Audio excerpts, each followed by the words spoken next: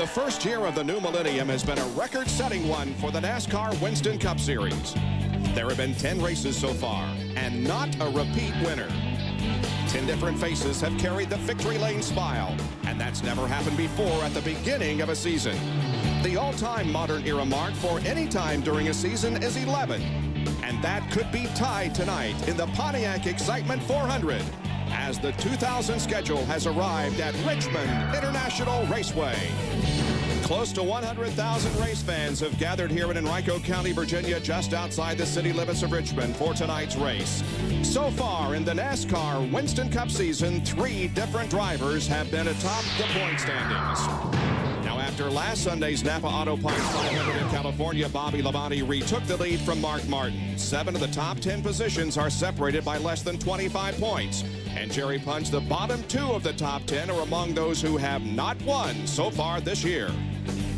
Bob, last fall's Richmond winner, Tony Stewart, leads a whole list of possible candidates, including some who were Winston Cup winners from years past, and others who would be celebrating their first Winston Cup victory, but each hoping to become the one who extends NASCAR's all-time record as the 11th different winner in as many races to begin the year. Now, you may want to add a few other names to that list, like third-year driver and tonight front-row starter Steve Park, whose Pennzoil Chevrolet appears poised to pounce. And maybe one other driver who, despite not competing in a single Winston Cup event this year, has to consider himself already a lucky winner. If you're not familiar with the story, let's turn back the clock to NASCAR's Craftsman Truck Series race in Daytona on February 18th of this year, when 50-year-old Jeffrey Bodine survived an accident that many said appeared unsurvivable. Despite shattered sheet metal and broken bones, his spirit and resolve remained intact. Tonight, that spirit and a special kind of courage has Jeffrey Bodine back in a Winston Cup car. And not just to compete, as his 4th starting spot proves, he's here to win. And considering the odds he's beaten in the last 11 weeks, I wouldn't dare bet against him. John Kernan.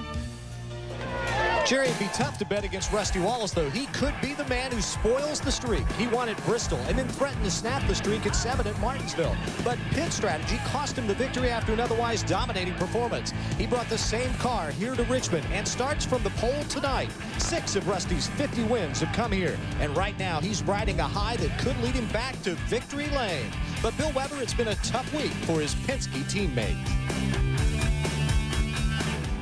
The tale of Talladega. These are moments frozen in time, a mystery etched in history, a race where Jeff Gordon's win did not finish the story. A NASCAR spokesperson confirmed that a fuel sample taken from the number 12 car after the Talladega race was not up to specifications. Officials have confirmed the sample did not meet specs in a field test. It was taken to a lab for further examination. Let's face it, it looks as though something happened with the fuel at Talladega. NASCAR urged patience while they pondered the charges against Jeremy Mayfield that its team had spiked its gas 2 weeks ago at Talladega. California, snapshots of success in the sunshine now darkened by doubt. Clouds of controversy swirling around one team and 2 races. NASCAR officials announced that it was penalizing the Penske Cranafis team for the use of altered fuel or fuel other than the official fuel at the Die Hard 500. And the harshest NASCAR penalty ever, Mayfield was docked 151 points. He dropped from 7th to 15th in the season standings. Crew chief Peter Suspenzo suspended, and team owner Michael Cranafis was fined $50,000. Of course, the question of Mayfield's roof height after winning this past weekend in California is still up in the air. NASCAR impounded the car and sent it back to North Carolina to be checked again, but no word yet on when they'll issue a statement on that situation. Win was Thursday. NASCAR fined the 12 team $25,000 because they did not meet the proper height requirement in post-race inspection following the race at California. 2 races, $75,000 in fines, docked 151 owner points, 151 driver points, and their crew chief suspended for 3 races plus the Winston. Still, there's a feeling in the garage area they might have got off easy. They're here. They have their driver. And now they have to do more than race. They have to polish and repair their reputation, knowing that their next win or their next good finish will certainly be scrutinized by their foes and the fans. For the present, their immediate future is tainted by their recent past. Will the streak continue? Will Wallace become the first repeat winner? How will Bodine do in his comeback? Will the Mobil 1 team rebound from the NASCAR penalties? We'll answer all those questions in the next 3.5 hours. The Pontiac Excitement 400 is being brought to you by the Wide Track Pontiac Grand Prix, proud sponsor of the U.S. Olympic team. By brand name tires, oil changes, and more at your neighborhood Walmart Tire and Lube Express. And by Conseco. 43 drivers are chasing the checkered flag tonight. We'll show you how they line up in just a moment.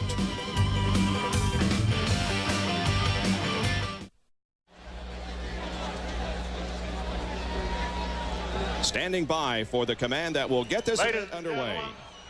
Completing 45 years at the Richmond International Raceway tonight is our Grand Marshal. And tonight I'm completing 46 years with him. It's been a great, great ride. Ladies and gentlemen, now for the most dramatic words in the world of professional sports, here is Paul Sawyer. Gentlemen, start your engines.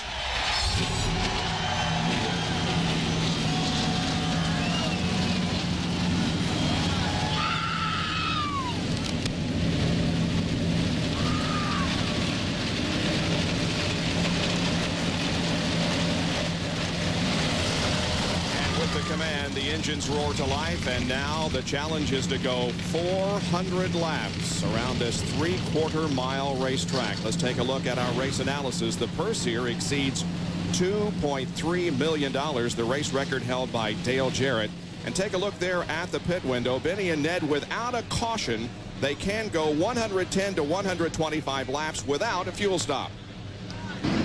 When you choose to make that pit stop, it's important, but execution, it's critical. It has to be 100% every stop if you're going to win the race tonight at Richmond. Last week in California, John Andretti's pit stop was not that good. The first thing that happened, Benny, they had a celebrity holding the stop sign. As a result, John went too far in his pits. His tire stopped on the air hose. It would not reach around so that the right front tire changer could get the tire off and back on. Had to come back to the wall and get another air gun.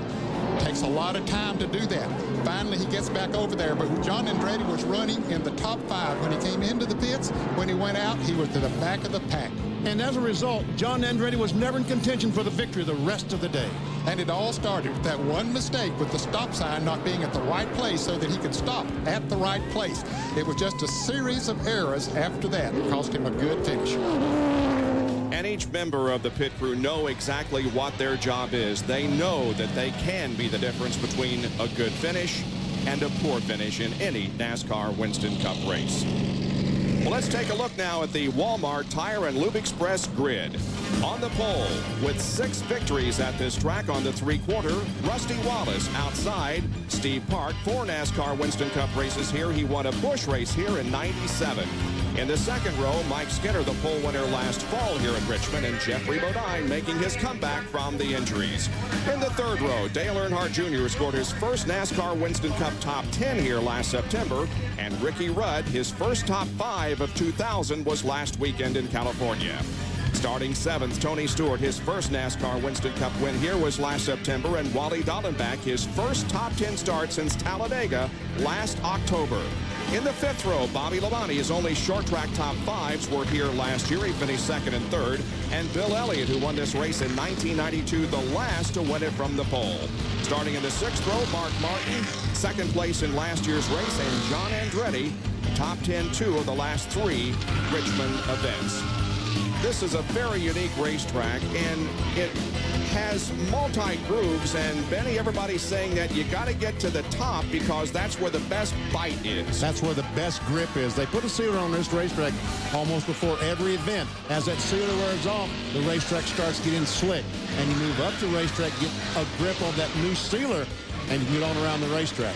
And I think as we see this race go on tonight, that we'll see that groove move up because they'll wear off that sealer and just keep going a little bit higher to search for it. Back in row number 14, Robert Presley and Brett Bodine. In the 15th row, Jeff Burton is making his 200th NASCAR Winston Cup start. Terry Labonte has 3 wins at this facility. Dale Earnhardt, 5 straight Richmond, qualifying lower than 30th. Dave Blaney also with him back in the 16th row. And And then we get back to Todd Bodine and Ken Schrader. Scott Pruitt and Robbie Gordon will be back there in the 18th row. And then we get back to the provisional starters in tonight's race. Starting back in the 19th row, the driver who dominated last weekend at California, leading the most laps, rookie Matt Kenseth and Michael Waltrip, who had all kinds of problems in qualifying. 20th row, Kevin LePage and Jerry Nadeau. And Kyle Petty and Elliott Sadler will be in the next to the last row. And all alone back in the 22nd row in 43rd position is Mike Bliss. The drivers who failed to qualify here for the Pontiac Excitement 400, Dave Marcus, Rick Mast, Ed Barrier, and Darrell Waltrip, who is out of provisionals. Michael Waltrip has their Nation's Rent New Holland onboard camera. He'll be starting back in the 38th position. Bobby Hamilton, the Howard Johnson's onboard camera. He starts 24th. The Coors Light camera will be carried by Sterling Marlin, starting 21st. Martin has the Conseco onboard camera. He starts inside the 6th row. Bobby Labonte, Circuit City onboard camera. Bobby starts 9th. Dale Earnhardt Jr., the Budweiser onboard camera. Lil Lee starts inside the 3rd row. And our pole sitter, Rusty Wallace, the Miller Lite onboard, as he looks back at the entire field behind him. And he hopes that's what he'll be doing all night. Rusty Wallace will join Dale Jarrett, Ricky Rudd, Gordon, Park, Labonte, Mayfield, and Skinner in the Bud Shootout for the year 2001. Anybody who wins a Bud pole this year will be eligible for that event at Daytona. Less than half a second separated the fastest qualifier from the slowest. It is a 3/4 mile oval. The front stretch is 1,290 feet, back stretch 860. The corners banked at 14 degrees. Front stretch at 8 degrees and just a very slight banking on the backstretch. It's a beautiful night here in Central Virginia. You couldn't ask for a better evening. It has been relatively hot here this afternoon and humid, but a great night to sit back and enjoy the race here at Richmond and wherever you are in your living room. About 90 degrees this afternoon, as a matter of fact. We see the lights are on the safety car out, which means in about a half lap we'll be getting the green flag.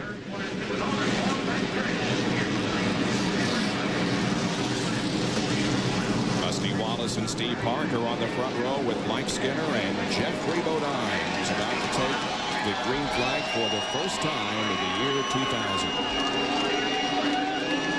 green is out. The Pontiac Excitement 400 is on.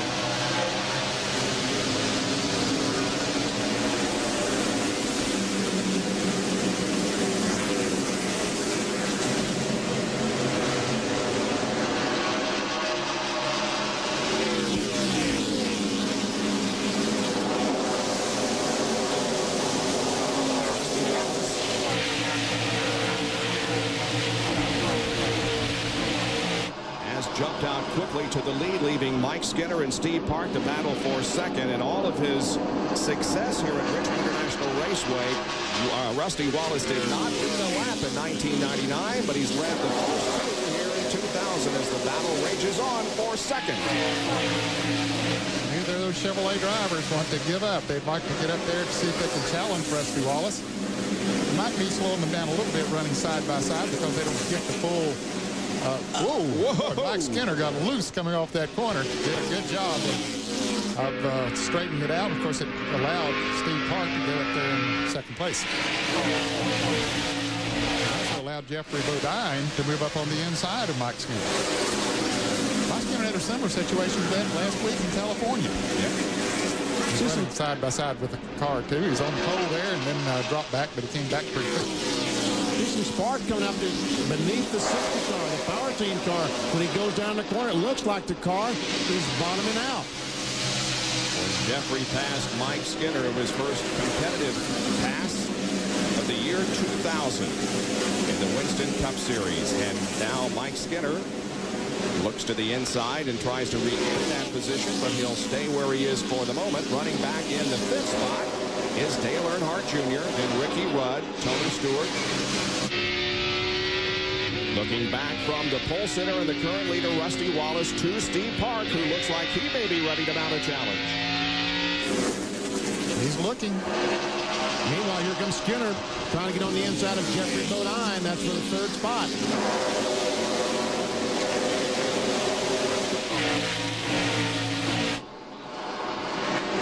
Could not quite make the pass, and we'll see Jeffrey Bodine go down in the corner.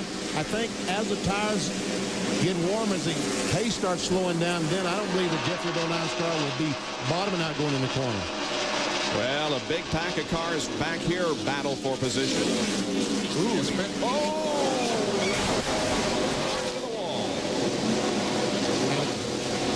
I started to say that Jimmy Spencer looked like he wanted to make the 3 wide there going into that corner, and that really got things jumbled up.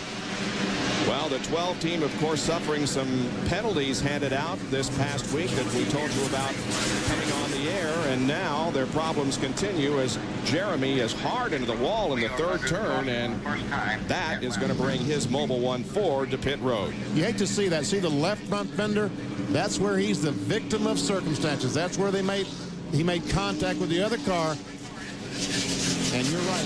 Jimmy Spencer was trying to make it 3 wide going in turn 3. He made contact with another car who made contact with Jeremy. And we see these guys think they're just going to change tires and put Jeremy back out there.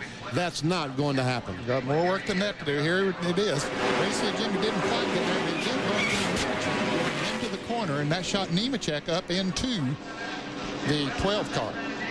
Here it is again, right there. Just a little bit of a tap, and it got Nemechek out of control momentarily, and into Mayfield he went, and Mayfield into the wall. Tough break for Jeremy. He's riding around on the outside, and now from Sterling Marlin's onboard camera. Goes right on board camera. Watches Spencer makes contact, and Jeremy gets back quickly in the outside retaining wall. Now to John Kernan. And Bob, Jeremy Mayfield is going to have to go behind the wall to make some repairs to the right front of his car.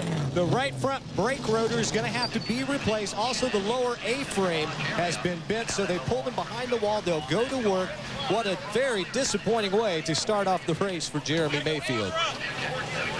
Well, that car was making its first start of the year 2000. It did run at Richmond and Martinsville last year, but it's behind the wall for repairs at the end of 9 laps.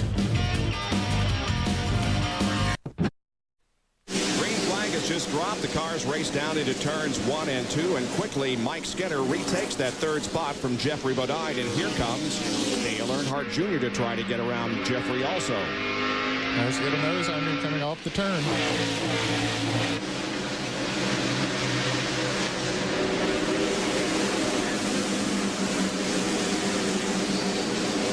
You ever have an extended break from racing because of an injury like Jeffrey has? No, I never have.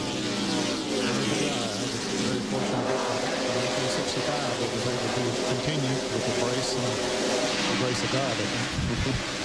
Tony Stewart, that Home Depot car all over the back of Ricky Rudd now, the 28 car. He's been trying them on the outside, trying them on the inside, and nothing has worked so far.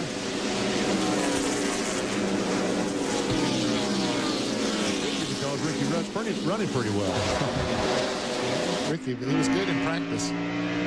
On board with Bobby Labonte, who's running back in 8th spot behind Tony Stewart. There's a 33 of Joe Nemechek, and he's got some damage there on the right rear of the car. Yes, he does. Oh, yeah. There's smoke coming. Boy, that's a dangerous situation for him. That's where he made contact with the left front of Jeremy Mayfield. He's running back in 24th position. Meanwhile, this battle is for 11. Bill Elliott and Mark Martin, closely pursued by John Andretti. Wally Dolan back in front in the 75 car, front of these cars. And here comes Jeff Gordon, started back in 14. They did on the outside in the first 4 or 5 laps. That was a good spot to be. I saw he and several cars made up some time up there on that outside. Martin running 11th, looks back to the 43 car. John Andretti back in 12th.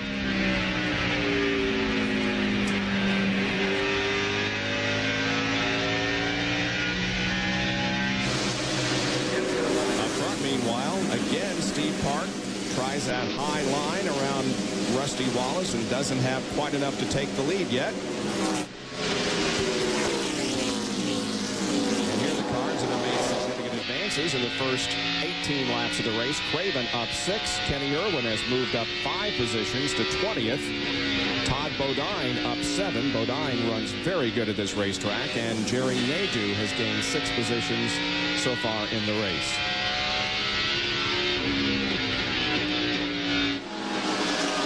Now Park's looking down on the inside. Rusty's apparently trying that second groove a little bit and said, hey, he's going to look up there. Maybe I better move up there. That's exactly right. He saw that Steve Park was faster than he was on the outside groove, so he chose to go up there. It looks like it's working for him. Now Mark Martin trying to take over the 10th position from Wally Dallenbach.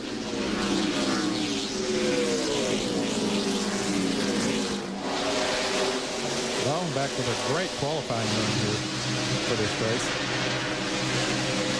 John Kernan is with Jeremy Mayfield.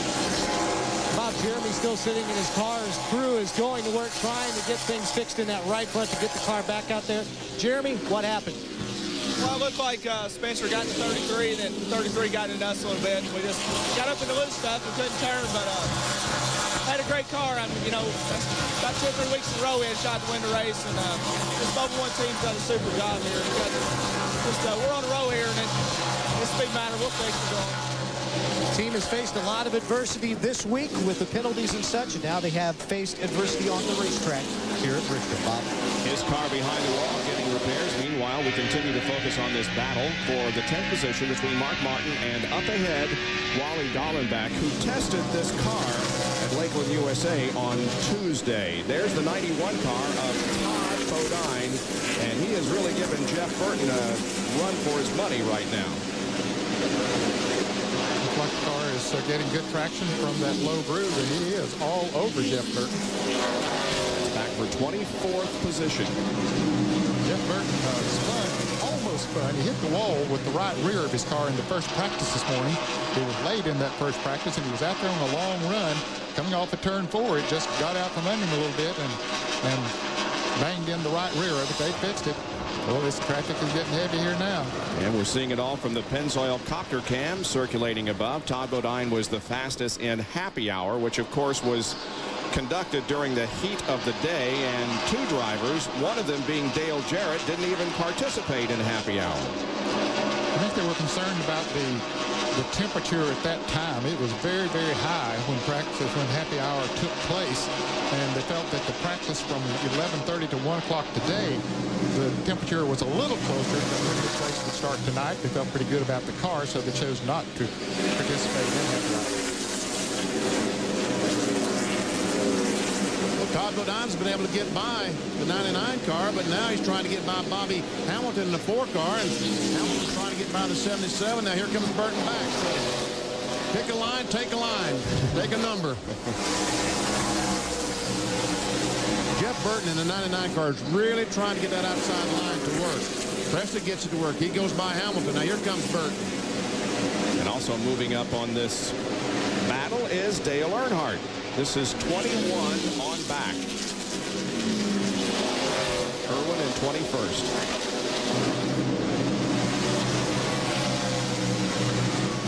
And now here is Steve Park once again trying to get the nose of his Pennzoil Chevy to the inside of Rusty Wallace, but unable to do so as Wallace continues to hang on to the lead. 29 laps completed, and Rusty's been out front for all of them.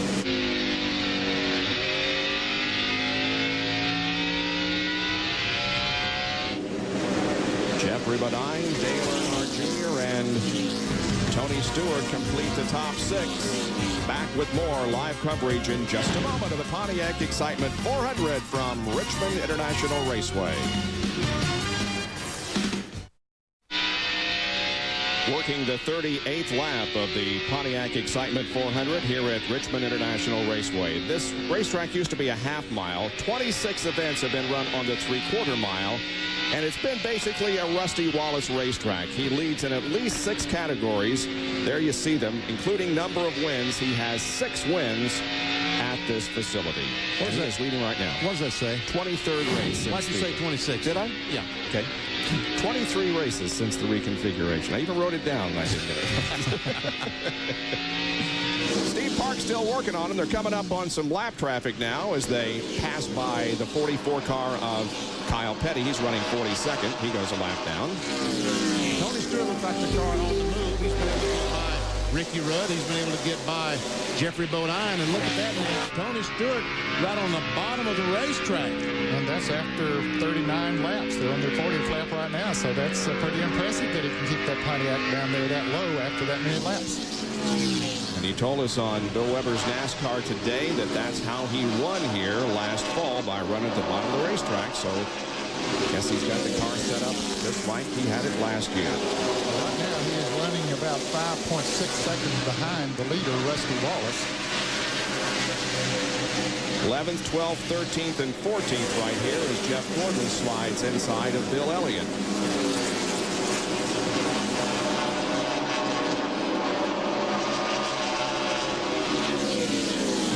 Pass on the bottom of the racetrack. Bill Elliott with Donald's car giving Jeff Gordon the bottom, but just can't stick well enough to get by.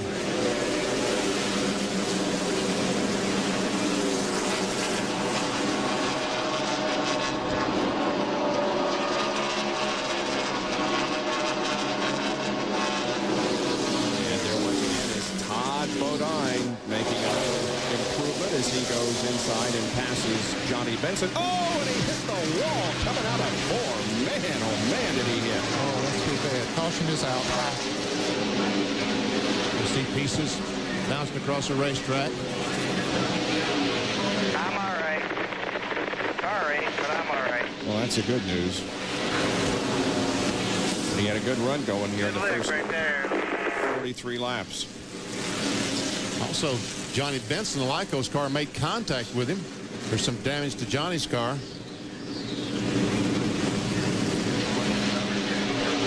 This is only Todd Bodine's second start this year. He was in Atlanta, started 24th and finished 7th. Lose a tire or something, Todd? Blow the right front, Kyle. It popped right out. Here they come indeed for the first round of pit stops. They come on lap number 44 as Rusty Wallace leads Park and Skinner and Dale Earnhardt Jr. and others down. Here's Jerry. Rusty complaining the car a little bit tight. They're going to put 4 tires on, take 1 round of bite out of the right rear, which will loosen the car up. Go to the left rear of the car. 1 round of bite out, the car a little bit tight. Left side tires going on. Tire rolls over from the Pennzoil car in front of Rusty. Left side tires on. Rusty down and away. Let's go to Bill Weber.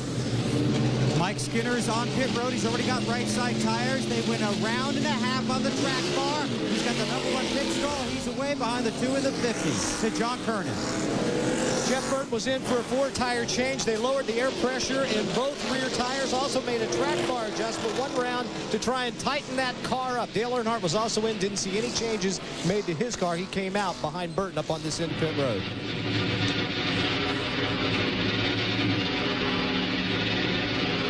Rusty led the race off of pit road. The 21 car of, is that the 21 up there? Yeah, Elliott Sadler has not pitted yet. So he will get those 5 bonus points. And the Ricky Craven must have changed 2 tires. Did you ever see Todd Bodine coming off the corner right in front of Johnny Benson? He comes off the corner, and all of a sudden we see the right front tire just bam. The air goes out from under it, and Benson has no place to go but right in the rear of Todd Bodine. And there is sheet metal damage on the front of Benson's car. I'm sure they've worked on that during this caution. Here it is from another angle, and you can see the right front of the car just kind of fall, indicating the tire went down, and into the wall he went. And watch that piece of brake rotor coming across the racetrack right in the grill of Kenny Irwin. Man, and see, the thing kicked it back out. From a Pennzoil copter cam, and there we see the right front. And there we see the contact. Now watch, if we can see this piece of brake rotor will come out from underneath Todd Bodine's car. I think it was behind us, wasn't it? Yeah. There's Irwin.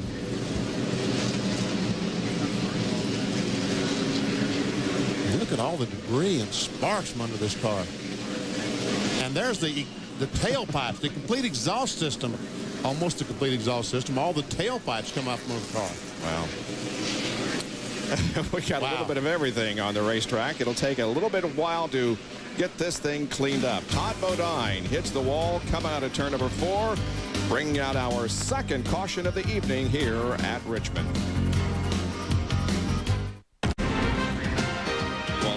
And Sunday Night Baseball, the Houston Astros, led by Jeff Bagwell, hope to jumpstart the team after their woes at home. They travel to L.A. to meet the Dodgers, led by Gary Sheffield, who started off the year very hard, and Sean Green. All of it at 8 o'clock on ESPN Sunday Night Baseball. Still under caution here at Richmond International Raceway. Elliott Sadler did lead a lap, then pitted. That gave the lead back to Rusty Wallace. That's where we are right now with 50 laps completed, and we get a report from the doctor. Earlier, we saw Joe Nemechek's right rear tire smoking. Let me show you what happened. When he hit the wall over and had some sheet metal damage, the crush panel, this panel right here, came loose and was down rubbing on the tire. Now, on the pit stop, they ripped this crush panel away, and here's the right rear tire. You see where it was rubbing the rubber away? The tire still has air in it, but it was getting very, very loose. And, folks, those are the cords, so this caution was a big break for Joe Nemechek. And here's what caused that crush panel to be bent, knocked down on the tire. He's on the inside of Jeremy Mayfield. Jimmy Spencer, the 26 Kmart car, goes down, makes contact, and right there, the right rear of Nemechek's car hits the left front of Mayfield, and that's where the damage came from. And Mayfield is still behind the wall, so is Kyle Petty, and of course the 91 that was just involved in the crash. Well, Rusty Wallace stayed the same. Park lost 4 positions. Jeffrey Bodine lost 5. Ricky Rudd lost a couple of positions, and Ricky Craven, who I assume just took 2 tires, gained 7 spots. That's the report that we have, that he just took 2 tires, so he's up to 2nd place now. He had moved to 9th, so he really was moving forward. So Craven is 2nd, then Mike Skinner, then Dale Earnhardt Jr. and Tony Stewart. Those are the top 5. Dave Blaney made a pit stop, and they worked on the car. Hey, let's go down to Todd Bodine right now, John. Todd Bodine had a great run last night in the Busch Series race with another top 10 finish. But tonight, Todd, it's an early end to your evening. What happened? Must have run something over, cut the tire down. It's a shame. Little Joe's car was flying. I mean, we had the fastest practice times, and working my way up, coming up through with Jeff Burton, and just trying to take our time, pace ourselves, and just run something over. It's a shame that Mike Hillman and his whole crew built a great race car. I mean, the thing was really good, and you know, we'll try it again sometime. I don't know when. You know, Joe doesn't have a sponsor. We need a sponsor, and if we can get one, we'll run some more. If not, you never know. So you think you might have cut down a right front tire? Yeah, we definitely ran something over. The car wasn't pushing that much, so I knew it didn't wear it out to blow it out, and it's just one of those things that happens in racing. And he has been checked out and released from the Infield Care Center. Back to Green, Bob. Race resumes on lap number 54. Green flag, green flag. Scott Pruitt down on the inside. He is 1 lap down in the tires to Ford. Now, Kyle Petty was behind the wall. He's back out, but 8 laps down, and Dave Blaney has gone behind the wall. So 3 cars, Blaney, Bodine, and Mayfield, back behind the wall.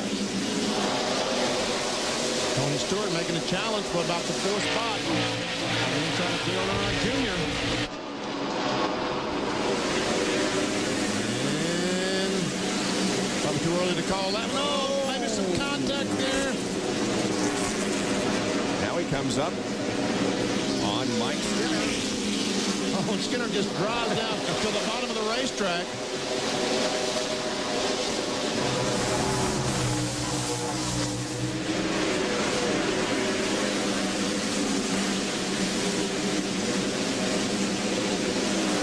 Try to make those passes with those fresh tires on. We know it's going to get more difficult as those tires heat up. And Jeff Gordon has got himself to the outside of Bobby Labonte, and he's trying to move up. Jeff right now running back in the 9th spot.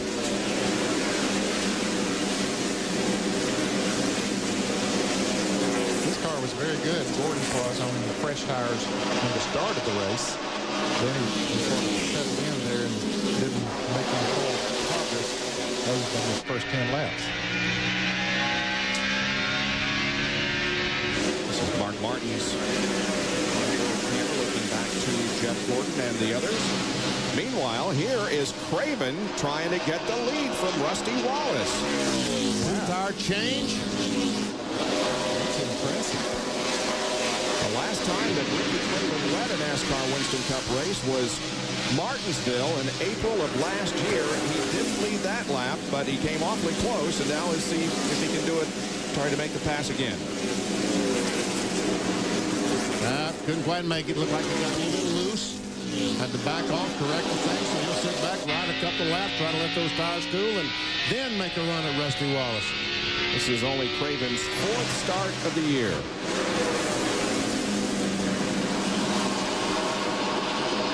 Here's a Super 8 serial on Ricky Craven, who started from 14th position. By lap number 11, he had moved to 10th. And because of the 2-tire change on that first round of pit stops, he gained 2nd spot and is right there behind Rusty Wallace, the leader. You mentioned that Dave Blaney had gone into the garage area. We understand that's a gearing problem, transmission problem.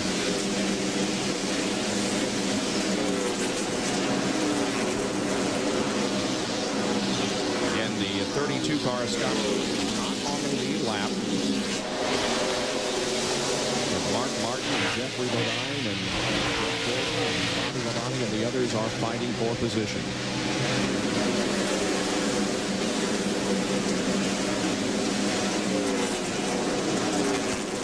Scott Pruitt is giving them room down on the inside, but they're having to use up a little bit more of their tires than they would like to down on that inside to get by. And Jeffrey Bodine on the inside of Mark Martin, trying to take away the 7th position.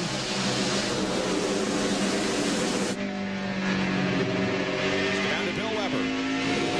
Well, a couple of things going on down here, Bob. First of all, Jeffrey Bodine on that pit stop stalled the car right when he was ready to take off. He got to be fired, got a push from the crew, lost a couple of spots, but is starting to make up some of that. And Benny and Ned, a lot of talk about brakes here tonight, more than I've ever heard this early in the race. Mike Skinner has adjusted his bias more to the rear. Bobby Labonte had a brake problem on the very first lap. He locked them up, had to adjust his bias, and several drivers have asked their crew chief to look at the rotors when they go into the turns to make sure that they're not glowing too brightly red. Well, we always talk about brakes at Martinsville. We talk the long straightaways and the very tight turns. We have not talked that much about it here in the past, but one thing about it, they're running a lot faster at the end of these straightaways than they are at Martinsville. And I guess they're just driving them on down in there and then having to use those brakes. I talked to one of the brake engineers down the garage area today, and he told me they had seen 1,385 degrees temperature on some of these brake rotors during practice. It's hard to imagine something that hot. And 1,400 degrees is quite hot. Last night we showed you Jeff Green's brake rotor, and it was red hot. That's about 1,100 degrees. At 1,400, the engineer tells me they're quite hot. I don't know if we can see that or not. Terry Spencer trying to pass John Andretti down the inside. Spencer's got a good race car tonight. And 25 of Jerry Nadeau is against the wall. Right here in the front for turn number 4. Oh, well. Right in front of the leaders. Wow. He's in the middle of the racetrack now. He's going to try to get to the bottom. He's on the apron of the racetrack now, so these guys side by side will not have a problem.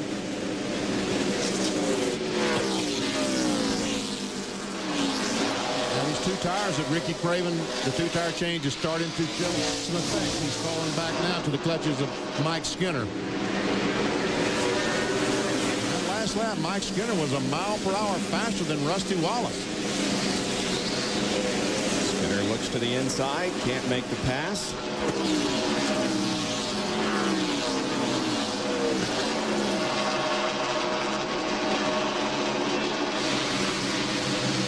Skinner led 64 laps last Sunday at California. Is one of those drivers who is, as they say, knocking on the door. And a lot of people believe that he will be the next first-time winner in NASCAR Winston Cup competition. Big pack of cars back through here. There's Jeff Burton with Ricky Rudd and John Andretti. And Jeff Burton, by the way, is making his 200th NASCAR Winston Cup start. Dale Jarrett is making his, what is it, 400 or 500th? 400, I think it is. Yes, 400, right.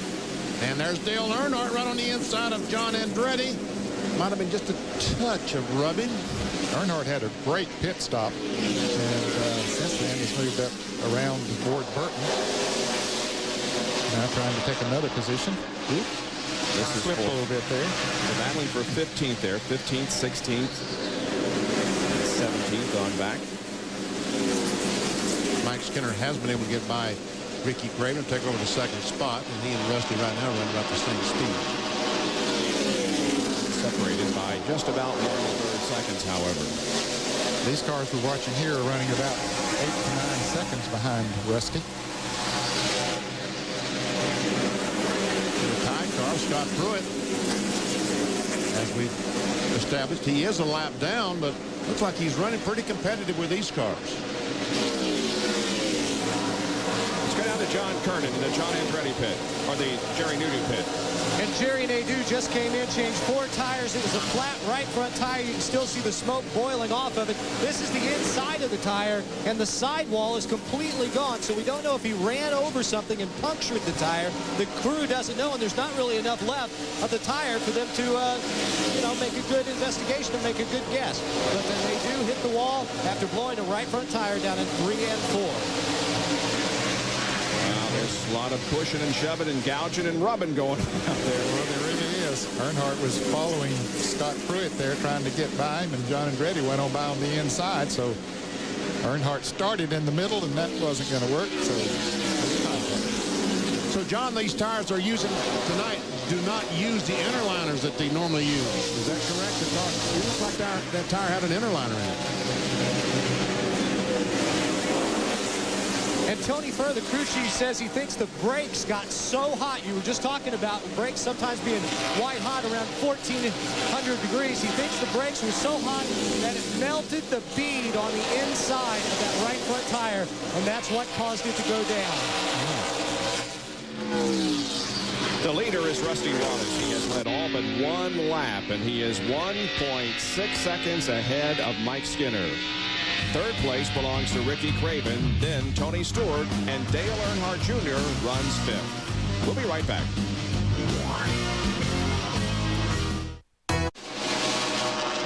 From the Pennzoil Copter Cam, circling overhead Richmond International Raceway, we see Rusty Wallace, who's the leader of the Pontiac Excitement 400, put a lap on Johnny Benson, who's running in the 37th position.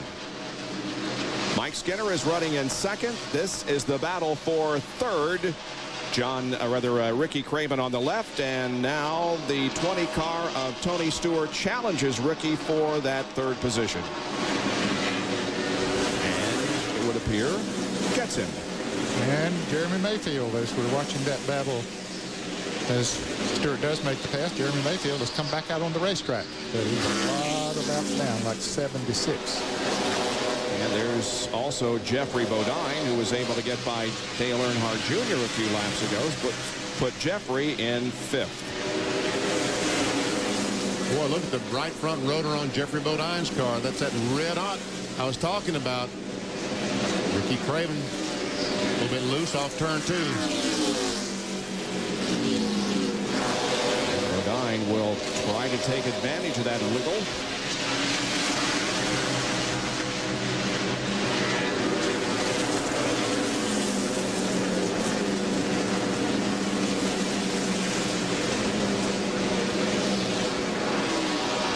So difficult to pass down on that inside.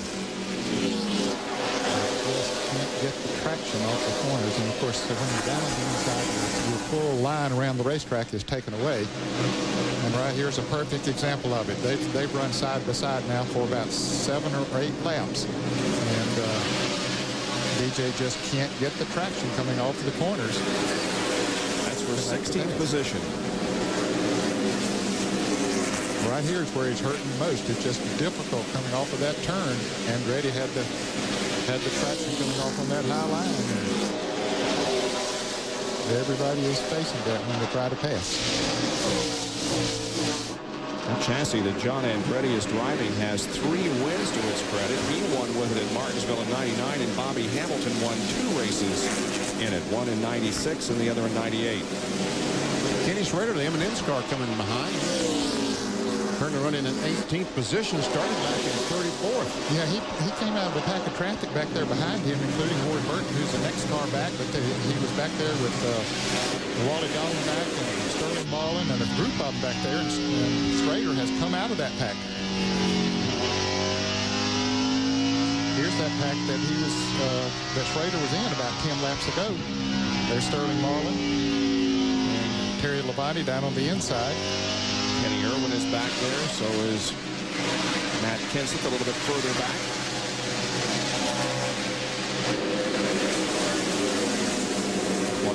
Hamilton is in 21st, and then three-car battle for the next position, and Irwin backs out. Meanwhile, Mike Skinner has caught Rusty Wallace. Right on his back bumper, took a look coming off turn 2 for the lead. Same problem that Ned we saw with Dale Jarrett and all the rest of them. Coming off turn 2 is a struggle. For a taste of the race, here's Jimmy Dean breakfast sausage telemetry. Giving you the miles per hour, the reading from the tachometer, and you will notice how much the brake is used. Oh, man, almost 7/8 of the brake pedal that he has. He goes down to 91 miles per hour, and he accelerates off turn 4. Down in turn 1 up to 145 or so, and slams on the brakes. Oh, the traffic. Brett Bodine wanted to stay up there, wanted that outside groove, but Rusty just kind of forced his way in there and took it away from him. Puts Brett a lap down in 36th.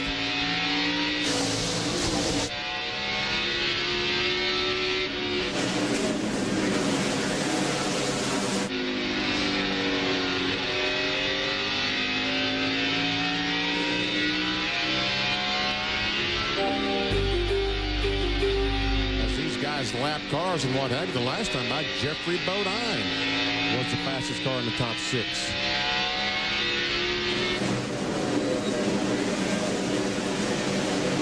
Never see Jeffrey back in the 4th position. Power team car. Yeah, he's on the bottom of the racetrack, but he's not in traffic. When he comes off these corners, he can let it drift out and gets that outside retaining wall.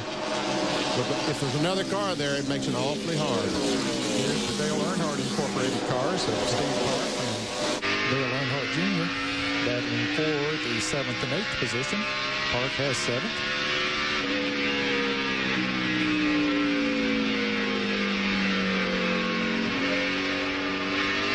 Dale Earnhardt Jr. we're riding along with, and the Budweiser car told me that high groove said really feels good. You put that tire, oh, there's Robbie Gordon going a lap down. Mike Skinner tried to get that bottom line, tried to get Rusty caught on the outside of Robbie Gordon, couldn't quite make it work. But here comes Skinner back on the inside. Nope, cannot make a move.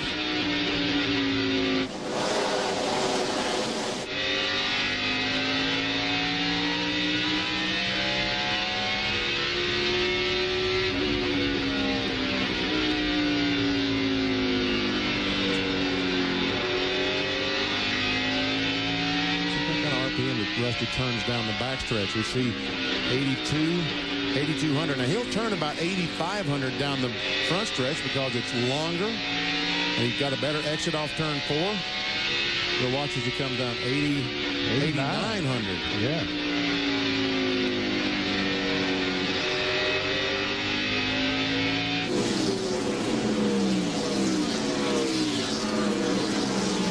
Jeff Burton continues to fight his way to the front. He's up to 10th position now. There he is behind Jeff Gordon. Started back in 29th position. There's a Super 8 serial, started 29th. And there is how he has gotten into the top 10. He has completed more than a fourth of this race already. But big traffic for the leader, Rusty Wallace. Elliott Sadler and several other slower cars in front. Stacy Compton is right there. Joe Nemechek's not far in front of Rusty. They want to keep from going a lap down.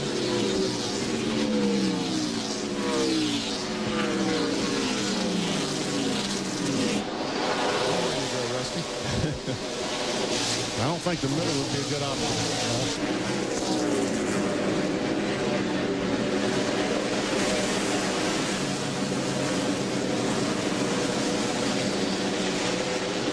Like the track is pretty much blocked up ahead. Sadler's on the inside and Compton running right ahead of Rusty Wallace. Nice headwear here at Richmond International Raceway tonight as the Pontiac Excitement 400 is led by Rusty Wallace.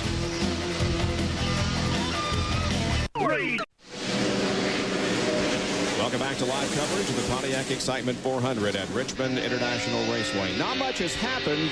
Rusty Wallace and Mike Skinner still trying to clear some of the slower traffic, and Rusty has managed to continue to hold off Skinner's challenge. Yeah, not much has happened, Bob, but lots have happened because these guys, talking about Elliott Sadler, the 21, Stacy Compton, the 9, Joe Nemechek, they're fighting for their absolute life, trying to stay on the lead lap in front of Rusty Wallace.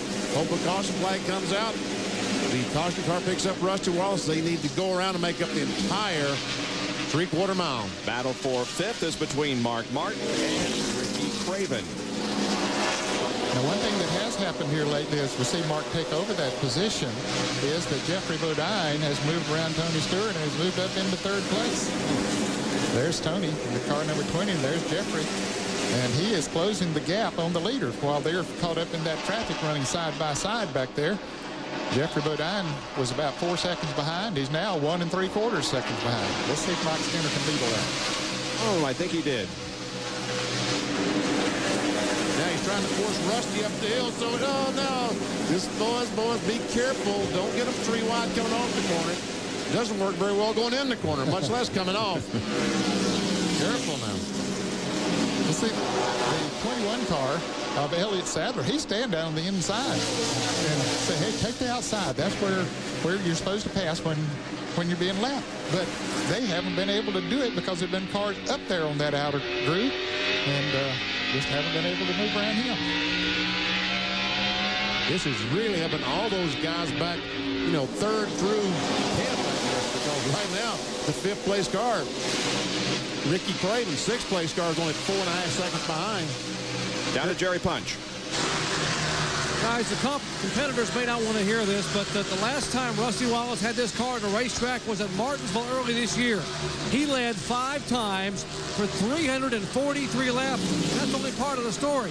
He cut a right front tire in turn 2 at Martinsville, lost 2 laps, and made them both up to finish 10th. This is a pretty darn good race car. Sure is. We're talking about helping those guys behind. Ricky Rudd, for example, he's in 15th position. About 10 laps ago, he was 14 seconds behind the leader. Right now, he is 9 1/10 seconds behind. He's picked up 5 seconds. That time by Bobby Labonte at the quickest speed back in the 8th position. Jeff Gordon second, and Bobby Hamilton back in, the 20th position, was 3rd. I don't think we're going to see these first 2 cars show us any blinding speed right now. There's Elliott Sadler once again coming back. Oh, and Joe Nemechek almost spins coming off the corner. And once again, the first 2 fastest are Bobby Labonte and Jeff Gordon, but 3rd quick that time was Dale Jarrett, who was running back in the 16th spot. Oh, here we go. They're 3 wide, going in 1. Oh, boy, let's see if they can come out. They went in there that way. Skinner's on the inside trying to take the lead. But Rusty was on the outside. He held that lead. They had Nemechek in the middle. Oh, Ronnie Gordon hard in that outside. Behind you. 13 is in the fence. Caution yet. Keep coming. Yeah, there's a caution now. Caution is out.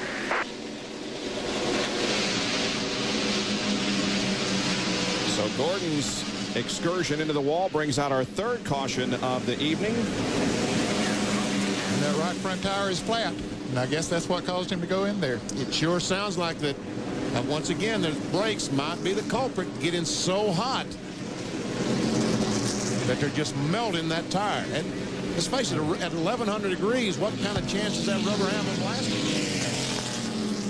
Benefiting from all this was Kenny Wallace and Stacy Compton. Both of them were close to going a lap down, but because of the caution, they remain on the lead lap as Gordon with some fire in the right front of that.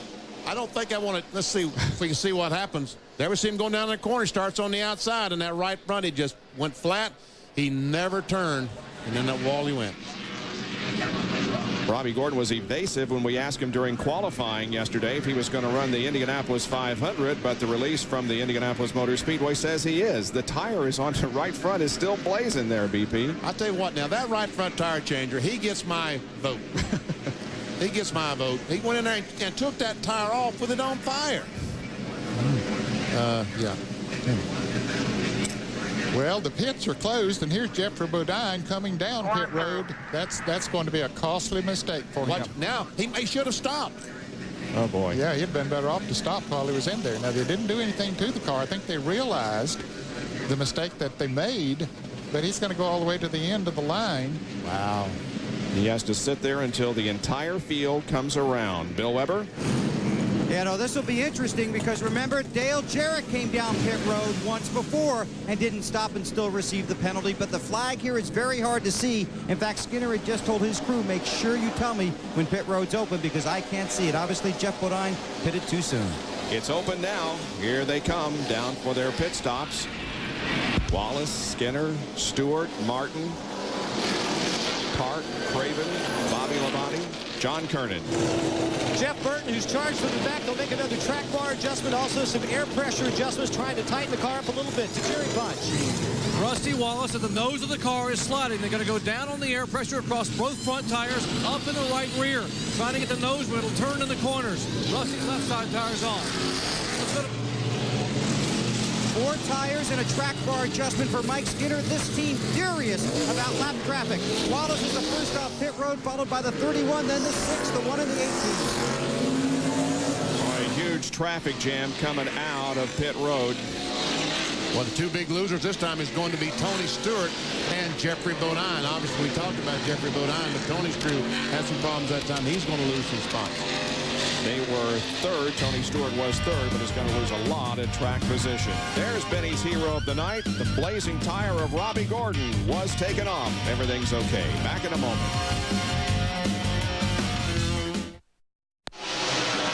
Perfect timing as we come back. The green flag drops and the Pontiac Excitement 400 is underway once again. The 21 car, we understand, is getting the black flag for passing on the wrong side before hitting the starting line. Up front, Rusty Wallace still leads. Skinner is still second. Now we have Mark Martin, Steve Park, and Bobby Labonte in the top 5.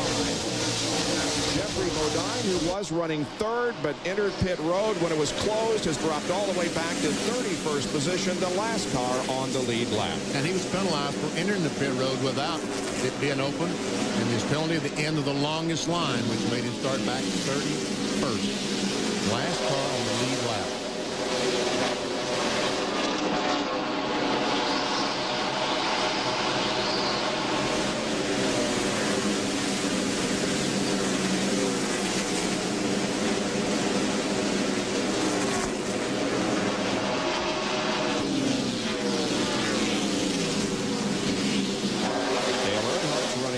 Side of the racetrack. He's up to 6th spot, and now here's Mark Martin taking second from Mike Skinner. And Steve Park is coming up on the rear spoiler of the Lowe's Chevy. I really look as far as something is dragging on the racetrack. I don't know exactly who that might be.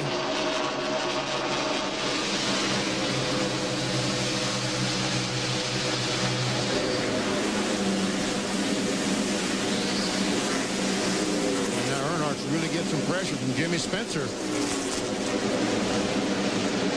Jeff Burton right behind Spencer. Then comes Craven and Jeff Gordon to complete the top 10.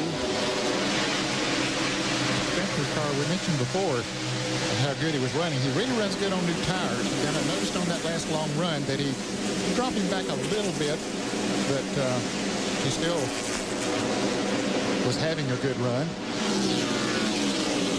Elliott Sadler coming off the corner slowly did obey the black flag.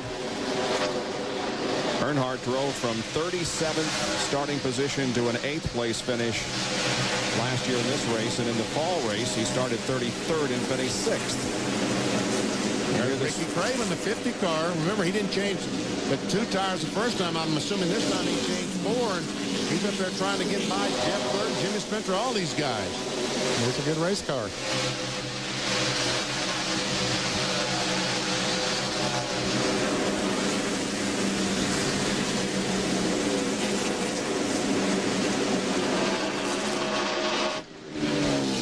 John Kernan, who's with Robbie Gordon. And Robbie's crew is working on his car in the garage area. Robbie, what happened? I don't know exactly what happened. I ran over some debris or something, cut a right front tire, and it took off into the wall. It's unfortunate, you know, this is the last race of the Burger King program, and we just wanted to have a good run here. The crew is working on his pancake the right side, and he's the third driver up on my end of pit road who's had a right front go flat. Well, here comes Mark Martin, who has a good run on Rusty Wallace, and at the line, I think Mark will get credit for leading that lap. Well, it showed up on the monitor here, the scoring monitor, as being the leader. That makes him our fourth leader of the evening. Besides Wallace, Skinner, Sadler, and now Mark Martin have been in front.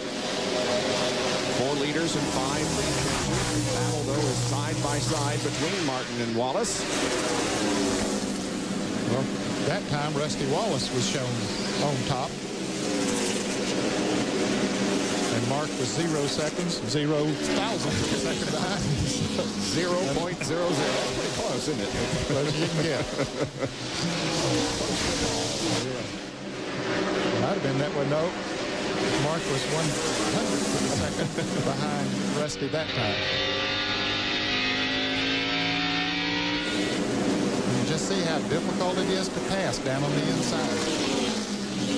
Mark has a fast race car, but just getting that traction, even with the new tires on, is difficult. And now Joe Nemechek in the Oakwood Homes car has gotten himself between Mark Martin and Rusty Wallace. Now Joe is a lap down. He just had gone a lap down before this last caution. Steve Park tries to take third from Mike Skinner. That doesn't happen.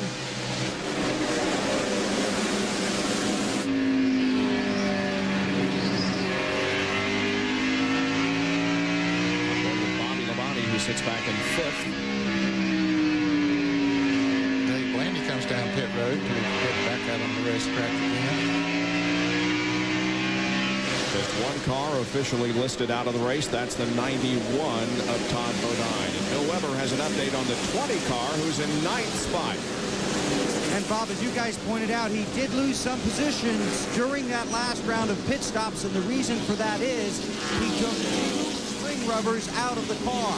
So they had to take the time to do that, and that's what cost them the position on the track, but they had to make the car better because they weren't content where they were. As for Dale Earnhardt Jr., he also lost several positions on pit road, but Tony Eury Jr. fessed up, missed a lug nut. That's what cost his driver time on pit road. And as for Bill Elliott, he put a rubber in during that last pit stop. He was another guy who was running 11th, came out 23rd.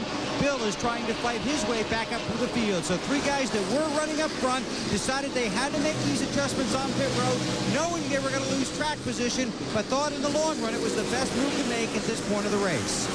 And Elliott is up to 18th, and running right behind him, we're on board with Bobby Hamilton and Fred Flintstone. Riding along there, enjoying that. This is our Howard Johnson's onboard camera. Our friends liking this ride. Boy, I tell you what, a lot of people, millions of people would like to have the position that Fred has tonight, huh? Riding along in a Winston Cup car. He looks scared to me. I wouldn't want that position. No. Bobby Hamilton one in the corner. His brake rotors are very, very hot as these. He has 3 straight top 10 finishes here, trying to work his way into the top 10 right now. Here's 11th. Make that 10th, 11th, and 12th.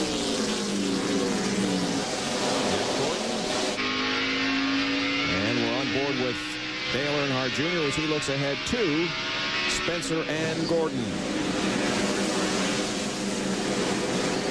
Now, Earnhardt Jr. lined up 14th on the restart. Tony Stewart lined up 13th. Dale Jarrett was 12th, so both of those drivers have passed DJ. On here, Mark Martin's got a run. He's taking the lead for sure now.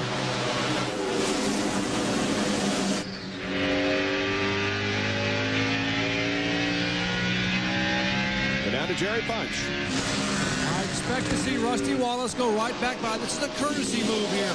The 6th car won the lead a lap for 5 bonus points. Rusty said, okay, I'm a nice guy. I'll let you go by. He led a lap. Now Mark Martin moves over, and Rusty goes back by. Common courtesy. He gets to leave 1 lap. Now he has 5 bonus points as well. Let's go down the bill. But that didn't have to happen. On lap 133, when they were door-to-door crossing the line, NASCAR originally told the 6 that Rusty led the lap. Mark was furious on the radio, saying, I know I led that lap. The team was running to officials. They ran down pit road. Finally, NASCAR came back and said, Mark did lead that lap. So he led lap 133. The team said, you can relax a little bit. You got that lap. So Mark got his 5 points on 133 to John Kearney. Remember last week in California, every pit stop that I reported on for Dale Earnhardt, they were practically rebuilding the race car every single stop. That's not the case tonight. Earnhardt started back in 31st, but has moved his way up into the top 10 thanks to the way the car is running on the track and also thanks to the work of his crew in the pits. They've only made some slight air pressure adjustments, and that last pit stop, they did it in 15.5 seconds. The Flying Aces are back. Right now involved in a good battle for position. Up ahead is the 7th place car of Jeff Burton, and he is alongside the 6th place car of Tony Stewart. As 148 laps have been completed, Pennzoil Cocker Cam showing you this battle.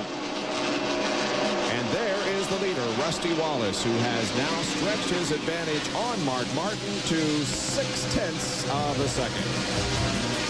We'll be back with more live coverage in just a moment of the Pontiac Excitement 400.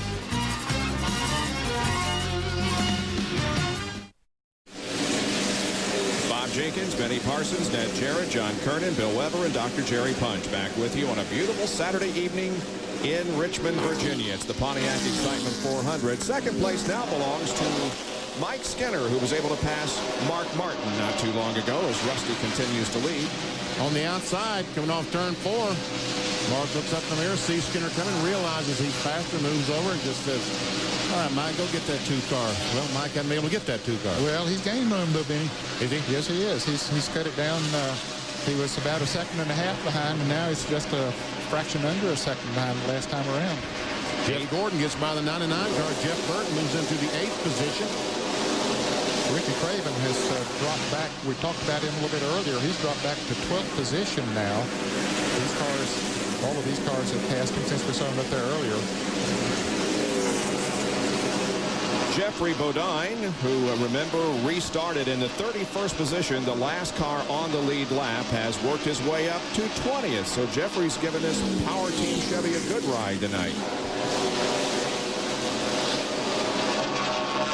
Since the restart, we see he started 4th with you initially, but after the restart, he was 31st on lap 125. And here we are 34 laps later. He's in 20th position and about to take over 19th, trying to. Robert Presley in car number 77. See Matt Kenseth there behind him. Car number 17. He's already passed him. I tell you, that's a real testament, not only to the race car, having a good race car, but to Jeffrey Bodine. His first race back after that long recuperation period. That's impressive. That's kind of why I asked you guys if you had ever had a long period, because you would think that the adrenaline just builds up to the point where you can hardly stand it. And when you do get in the car, you want to give your best showing. Now we're on board with Sterling Marlin. Ooh. That's Wally Dallenbach that he just went around. He passed him, and Dallenbach right now is having some problems. Oh, a little rubbing there as Michael Waltrip gets by. That's a lot of rubbing. Oops. Waltrip had all kinds of problems qualifying, and he also rubbed the wall earlier in the race tonight. Wally let him know he didn't appreciate that.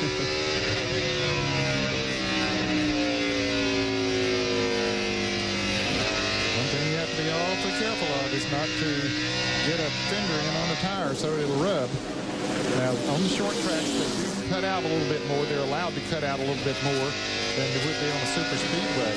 So you get to mash in sometimes if it don't hurt you too bad, but there are circumstances where you can knock it in there and it'll rub, and first thing you know, you'll be into the wall run. Well, Michael coming awfully close to that wall. Turn 2.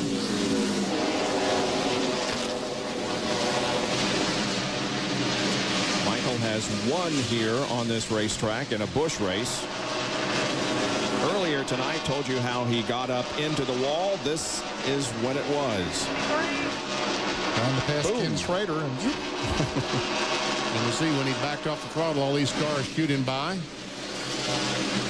But Michael is in 26th position right now.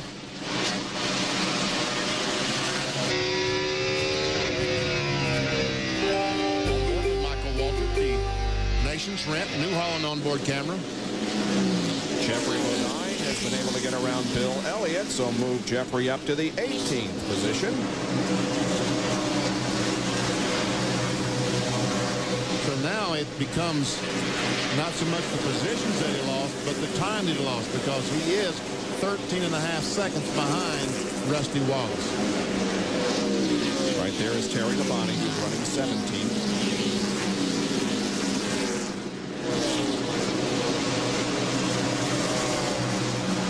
Elliott Sadler is 2 laps down, not on the lead lap. He had just lost a lap right before the last caution came out, and then he was penalized, had to come in for a stop-and-go penalty on the restart of the race. That cost him another lap.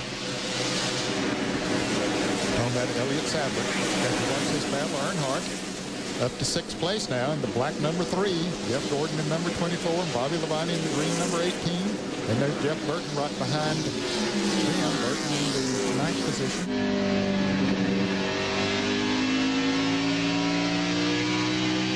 So Jeff Gordon marching his way to the front. Meanwhile, snapshot on Dale Earnhardt. Started 31st and is now in 6th spot.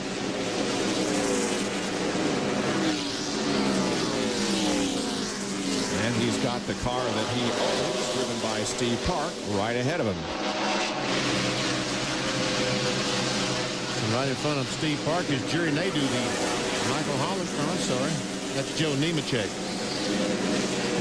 A lot of blue cars out here now. And that's one of them right there, the 33. And Jerry Nadeau's car is one. We got a problem somewhere. Caution is out. We do. 2 cars. I got a caution on the front stretch. Caution by the start-finish line. It's in the middle of the track. It's dead center of the track. 1 car in the center. That's Irwin. Another was up high against the wall, and that's Robert Presley down there on the low side. So there are 3 cars. John, what happened? You saw it. Bob, what I saw, the 27 car come off of turn 4, and it looks like maybe he blew a right front tire, because all of a sudden you saw sparks coming out from under the right front of the car. That shot him right up into the 42 car of Kenny Irwin Jr. and forced him into the wall. But that's what it looked like from down here on this end of pit road. It happened very, very fast. And my guess is Robert Presley ran over debris and cut the left rear tire down. When he got down to turn 1, spun around and smacked the wall. Here we see coming off the contact between the 27 and the 42 just drove the Irwin directly in that outside retaining wall. Man, hardly. And then the Presley spin occurred out of turn number 2, as Benny indicated, and ran over some debris. Anyway, Kenny's car is right in the middle of the racetrack, just beyond the start-finish line. And here is Robert Presley spinning, coming off. And we see nothing's damaged, but there he goes in the wall. It is the left rear tire that's flat that caused the spin. John? Dale Earnhardt is in. Just a little bit of damage on the left front of that car, but not enough to mess it up. It's a 4-tire change. Last time it was 15.5 seconds. They're already on the left side tires. Chocolate Myers with the gas in. That's done. Down to third march. Rusty Wallace are going to correct the air pressure change they made a moment ago in the front as we check down the Bill Weber. Slight air pressure adjustment, 4 tires for Skinner. He was able to focus on Wallace on the track and beat him off of pit road.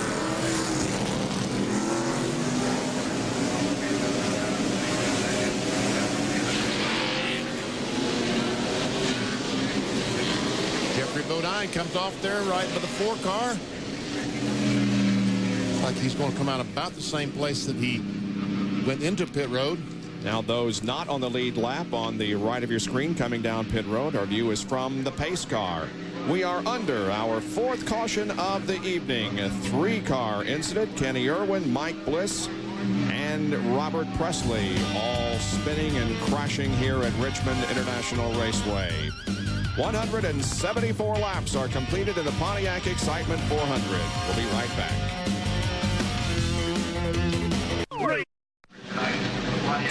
Still under caution here at the Pontiac Excitement 400 for the NASCAR Winston Cup Series. The www.nascar.com website is where you go for all the news involving NASCAR's divisions. And, of course, the Garage Cam is operational at the Winston Cup Circuit. You can find out what's happening in the garage area. www.nascar.com. Well, the big month of May is here, and our coverage of the Indianapolis 500 begins on Sunday. We'll have daily reports, plus have constant coverage either on ESPN, ESPN2, or ABC on qualifying days. And then, of course, the big Indianapolis 500 is coming up on Memorial Day weekend. For more, log on to ESPN.com, part of Go Network, go.com. While the debris is being cleared from the crash, we'll take another break. Stay with us. Back at Richmond International Raceway in Henrico County, Virginia, the Pontiac Excitement 400. John Kernan has caught up with Robert Presley, who was involved in the most recent crash. Well, Robert, what happened? Well, I don't know if I run over something or if our brake caliper come off and somebody hit it, but something, we lost the brakes on the back of it, went down into one, and cut down the left rear tire, and I mean, that was it for this Jasper engine. We just sat in there riding, man, had a good race car waiting for halfway, staying out of trouble, but can't finish it like this. Robert Presley very disappointed. His crew is working. We're going to check with Mike Bliss to see if, in fact, Robert, I believe, was ahead of the 27 and the 42. He thinks a part of the caliper off the left rear may have come off of his car, and Bliss might have run over it, and that might have caused that other accident. So we'll check on that, Bob. All right, while we have the opportunity, here's a NASCAR 2000 moment brought to you by Chase Authentics. We go down to pit road, and here is Dr. Jerry Punch. Bob, we often hear crews talking about buildup. That's the air pressure building up inside a tire when the air actually heats up inside the tire. Now, here at Richmond, buildup can be 12, 13, 14 pounds. And what happens is, as the air heats up inside the tire runs on the race car, the air begins to expand and adds more pressure. Now, what also happens is, if you put air in that tire from a normal air compressor, that compressor has moisture in it. The more moisture, the more buildup, because water expands faster than air. And that was a big concern for teams. Buildup would vary during a race. Well, teams have solved that problem by going to the hospital. Let us show you here that they have nitrogen compressed air. This is hospital nitrogen. This is actually a dry air. It has a filter inside this tank, and this is basically much, much drier than normal compressed air. Now they can fill up their tires with nitrogen and be able to control the buildup. The average buildup now at Richmond, about 6.5 to 8 pounds. Much more consistent on the race car simply by going to the hospital and getting a tank of nitrogen. Bill Weber? Well, Jeff Bodine got a big break because his return was in a night race, but basically he's not going to be able to go to the distance. They've got Todd Bodine here. They want to make a driver change. They were going to try and do it now because they thought they'd have enough time, and they are going to go ahead and do it now. But the problem is the field just got one to go. They told Jeff, go ahead and stay out, but the problem was he'd already loosened his belts. So Jeff Bodine will be pulled out of this race car. Todd Bodine will climb in. The goal was to try and do this all under caution. Apparently that's not going to be able to happen because the field should get the green next time by. Again, this is Jeffrey Bodine's return to Winston Cup racing, his first Winston Cup race of the year, his first race of any type since that spectacular crash in the truck race at Daytona. Todd Bodine in the car, the crewmen trying to get him belted in, but the green is out and they will lose at least one lap, probably more.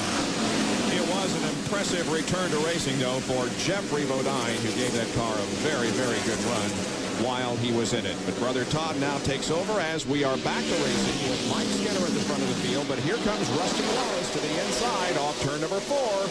And Rusty is going to go back into the lead. I believe Rusty likes that leading part here tonight. Seems that way, doesn't it? Man, oh man. He has led 167 of the first 183 laps. Skinner has led 11, Martin 3, and Elliott Sadler and Chad Little have each led 1. John Kernan has caught up with Mike Bliss, another driver involved in that crash. We're down here in turns 3 and 4 where it's a little bit loud. Mike, did you run over something you think from the 77 car? What happened? you know, I was running under Kenny, and I wasn't tight under him at all. I was just biding my time, you know. It's pretty slick on the bottom. I come off before, and I was underneath him, and it pushed real bad. And, got into Kenny, and I hate it for Kenny and hate it for, you know, 27 car. And it's too early to have something like that to happen. It's just, I don't know, maybe it's an arrow push or something was on the track. I don't know. It's unfortunate. I hate to take someone out, and I hate to take ourselves out.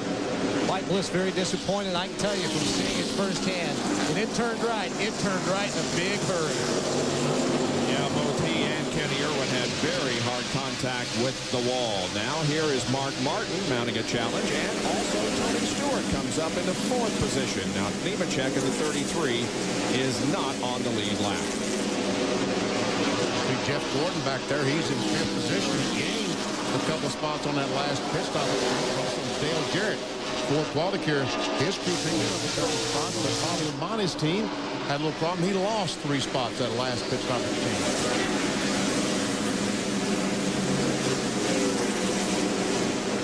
Earnhardt finally got in front of his car, didn't he? Yeah. Earnhardt 6th and Steve Park 7th. That is the one car, the Pennzoil car, driven by Steve Park. The owner is Dale Earnhardt.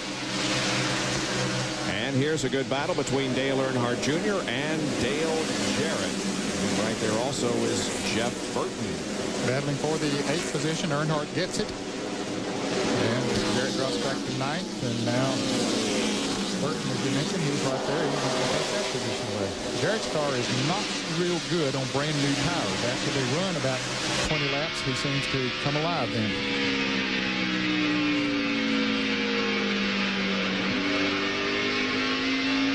Tell you that Todd Bodine, in relief of Jeffrey Bodine, his brother, lost a couple of spots. He's not that far in front of the leader, so I would guess it's probably going to go down 3 laps unless there's a caution flag pretty quickly.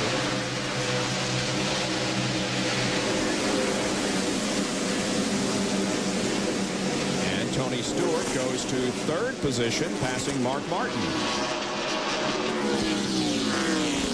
Stewart once again has a good car here at Richmond. And he's still running that bottom groove. Yep. You see most of these guys go up to the middle of the top of the racetrack. Well, that time he tried. Well, he did get a very, very high entry in the corner. Of the top 30 in Winston Cup points, only one driver among them has not led a lap in the year 2000. And that would be Tony Stewart. That is correct. That's hard to believe. It is. The year that he had last year. Yep. And the momentum he had at the end of the year. He won the next to the last race. Mike Skinner trying to get on the inside of Rusty Wallace. We saw that.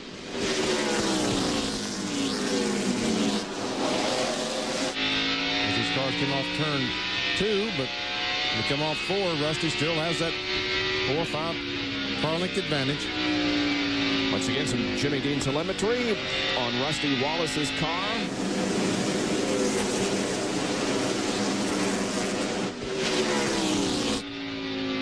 Boy, a lot of brake Rusty's using going in the corner. Down to about 95. Let's see what kind of mile per hour he'll turn.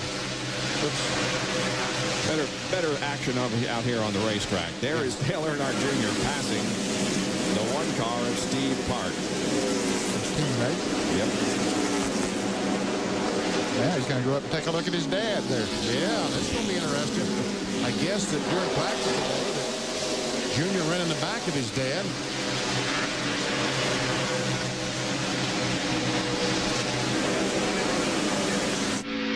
Winner at Texas in his 12th NASCAR Winston Cup start, Dale Earnhardt Jr. But he started, Bob. Looks like someone is running the back of the 3 car already. They've got the rear bumper flopping around a little bit. I was going to say, despite the fact that he's won a race, he is 2nd in the Rookie of the Year points. And of course, the Ray Bestis Rookie of the Year award will be handed out at the end of the year, and it appears to be a very good battle shaping up between Earnhardt Jr. and Matt Kenseth. Rusty Wallace leads by about a half a second, almost half a second. And Tony Stewart is about a second behind. Earnhardt Jr. 11 points behind Matt Kenseth, and Stacy Compton 32 behind in the Rebestis Rookie of the Year contest. ESPN's live coverage of the Pontiac Excitement 400 from Richmond International Raceway being brought to you by Big Kmart, changing for the better. By Denny's, race on over to Denny's for our Kellogg's Country and Specialty Slams. And by Roundup. Roundup kills weeds down to the root. Roundup, no root, no weed, no problem. Just past the halfway mark here with 205 laps now completed, and Terry Labonte's car is up against the wall. No caution, remains out, and Tony Stewart, you saw there in that previous shot, has moved to second position, passing Mike Skinner. And Labonte gets the car going once again, running back at about he was in the 18th position, and he's going to fall back now to the 24th spot. Let's see, there we see going in the corner. Is there contact? Yes, some contact between Ward Burton, the 22 car, and Terry Labonte. And Terry does a great job to save the car, drifts up against the outside wall. I don't think he ever touched it, man. I don't believe he did either. But boy, did he come close. Let's see if we can see any damage on the right side. Doesn't look like it. And there is Tony Stewart, who closes in now on Rusty Wallace. Wants to lead his first lap of the year 2000. He led 17 events in 1999, a total of 1,223 laps, but he hasn't led one in the year 2000. Let's see if he is able to break that streak. Man, did you see him turn left, nail the gas, and drive up beside of Rusty Wallace? Well, here they come off the fourth corner. Is he going to lead the lap? I believe he did by about a fender. Well, the scoring computer says he did. About 2/100ths of a second. So for the first time in the year 2000, Tony Stewart leads a race. And the spotter would say clear. Yes. Now we'll see if he can drive away from Rusty.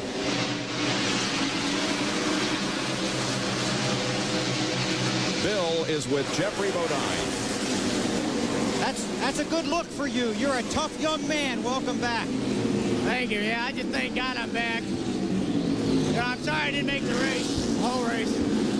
I really felt in my heart I was going to have trouble tonight. It's so hot and humid. And I really wanted to drive California last week to prepare me for this. This is a much tougher track than California, but we came here. We qualified really good. We were running good. I made a few rookie mistakes. I stalled the car leaving the pits. Then I came in the pits when they weren't open. Nobody told me that it wasn't open. But even at that time, I knew it was going to be tough to finish. But I saw that Todd had trouble. And I'll tell you, there's no one I'd rather have in the car than Todd right now. He's my little brother, and I love him, and he's doing a great job. We'll see you at Charlotte. I bet you will. He sure is doing a great job. You know, I told you that he had lost a couple of laps to the driver change, and he's in front of Rusty Wallace, so he'll probably go 3 laps down. That's not the case, is it, Ned? No, he's just driven away from Rusty Wallace. He has gained a good third of a lap on Rusty since he came out of the pits. He's the fastest car on the racetrack, no question. 2 laps down in 32nd position. Todd crashed earlier in his Joe Falk car, and so he drives relief now for his brother. Kyle Petty, the Hot Wheels car, who has spent some time in the garage you're in. Tony Stewart just pulling away from Rusty Wallace a little bit. About 0.6 of a second now separating the two. So Tony Stewart is beginning to pull away a bit from Rusty, who has dominated so far. But now Stewart, who won here last fall, has the lead. We'll be right back.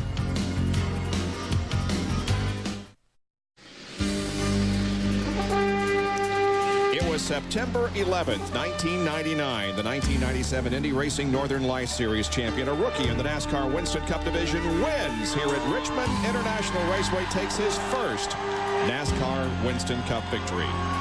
And he returns to that same track in May of the year 2000, and he has an 0.8 of a second lead on Rusty Wallace. I bet there's one thing he won't do if he does win tonight. Jump on the top of the car. I bet he won't jump on top of the roof. Now, he was running on the bottom of the racetrack, and I find it interesting. Once he got the car in front, he moved up on top of the racetrack where everyone else has been running. There is Rusty, who has led the most laps so far. Now he begins to fall within the clutches of the 31 car of Mike Skinner. He is, of course, third, about a second and a half behind Tony Stewart. Here's the fourth place car of Mark Martin, who has led 3 laps so far. Jeff Gordon has not led a lap tonight, but he is in the 5th position. Dale Earnhardt is next to Goodwrench Chevrolet, running in 6th. We see Scott Pruitt, the Tide car, on the inside. He's back in 33rd spot, 4 laps down. And there comes another Dale Earnhardt, the junior, the Budweiser Chevrolet. He's running in 7th position. And then there is Jeff Burton in the Exide Ford. He is in the 8th position, 7 seconds behind the leader. Steve Park, the Pennzoil Chevrolet goes by. We see Dale Jarrett come by. The Ford Quality Care car, who's back in the 10th position, followed closely by Ricky Rudd in 11th. And then comes Bobby Labonte. He is in the 12th position. And we go down to Bill Weber on pit road. And just to follow up on Bobby Labonte, his last pit stop did take a little longer. He did sacrifice track position, but he did the exact same thing his teammate Tony Stewart did on the previous pit stop. Took rubbers out of the right rear and left rear springs. Now, it obviously hasn't worked as well for the 18 as it has for the 20. Bobby needs the track to tighten up and come to him a little bit. He's still chattering the tires somewhat, but so far the track has not come to him. They're hoping with almost half the race to go that does happen. But teammates using and sharing their knowledge. Bobby Labonte started 9th, fell to as low as 13th. He has been as high as 5th, and he is currently now 12th, and he will celebrate his 36th birthday on Monday. And speaking of birthdays, that camera shot right there. Yes. Was from a camera location in the inside of turn 3. Dean Kaminsky celebrated his birthday today. Should I say how old he is? No. Okay. Dean, happy birthday. Yes. We'll keep it a secret. Jimmy Spencer in the car number 26. He is in the 13th position. And once again, we'll cut to Dean's camera. There you go. Even on his birthday, he's working, getting great shots. Working hard, knowing right when to drop back to the 14th place car, John Andretti.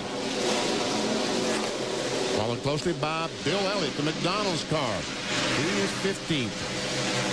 He is 16 and a half seconds behind the leader. There's Ricky Craven, who is running in 16th position. He's had a good run, but now falls back to the middle of the pack. And right behind him was the 16 car in 17th place of Kevin LePage, and then this battle going on behind them. It's his 20th, 21st, and 22nd. And Chad Little's in there. He's 23rd. And Michael Waltrip's there as well in the picture. He's 24th. Chad Little stayed out on that last caution and led a lap. So he was at the tail end of the pack, so he's trying to get back up through there. There are 27 cars on the lead lap. Matt Kenseth is coming off his best career finish at California last weekend. He finished in 3rd spot and led 120 laps. And also he finished 2nd in the Busch race here last night behind Jeff Green. Jeff Green, who won the race, yes. Mark Martin did not win. Had a very fast race car, finished 4th. Pit strategy. Got him. Chad Little trying to pass Ward Burton on the inside. Ward Burton, the yellow and black cat Pontiac. Ward began his NASCAR Winston Cup career here at Richmond International Raceway in March of 1994. Tony Stewart is cruising. He's got it on cruise control and now is more than a second and a half ahead of Rusty Wallace and more than 2 seconds ahead of Mike Skinner. 235 laps are completed here in the Pontiac Excitement 400. Back in a moment. Now TV. And as you rejoin us, the caution is out here at Richmond. The 5th time this evening. It's Ricky Craven who spun and hit the wall in turn number 2. Here it is. Just a very lazy spin. I don't know. And there is some contact, not a lot, but some contact with that outside retaining wall.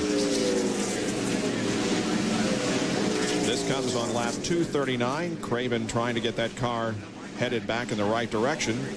And we see all the tires are up. Now, all these cars, they're just going to boil down to what we talked about at the very top of the show. Execution in the pits. That's right. And right now, their challenge comes for those crew members. Let's go down to John Kernan.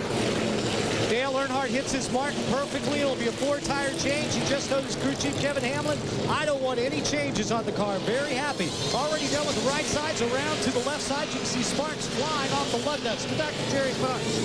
Rusty Wallace, major changes. 1 round to wedge out the track bar down a 1/4 round. Air pressure change, both front tires. Biggest change tonight for Rusty Wallace. Let's go down to Bill. Second straight stop for Tony Stewart. 4 tires, no changes. Rusty beats him off pit road. Then the 20, the 24, and the 3, and lots of traffic down there. Lots of traffic. But you're right, Rusty Wallace is going to win the race off pit road and regain the lead. A 16-second pit stop for Rusty Wallace. Dale Jarrett, they had a problem with the right rear on his car. His pit stop was 23.5 seconds. Whoa. Dale was running 7th when the caution came out.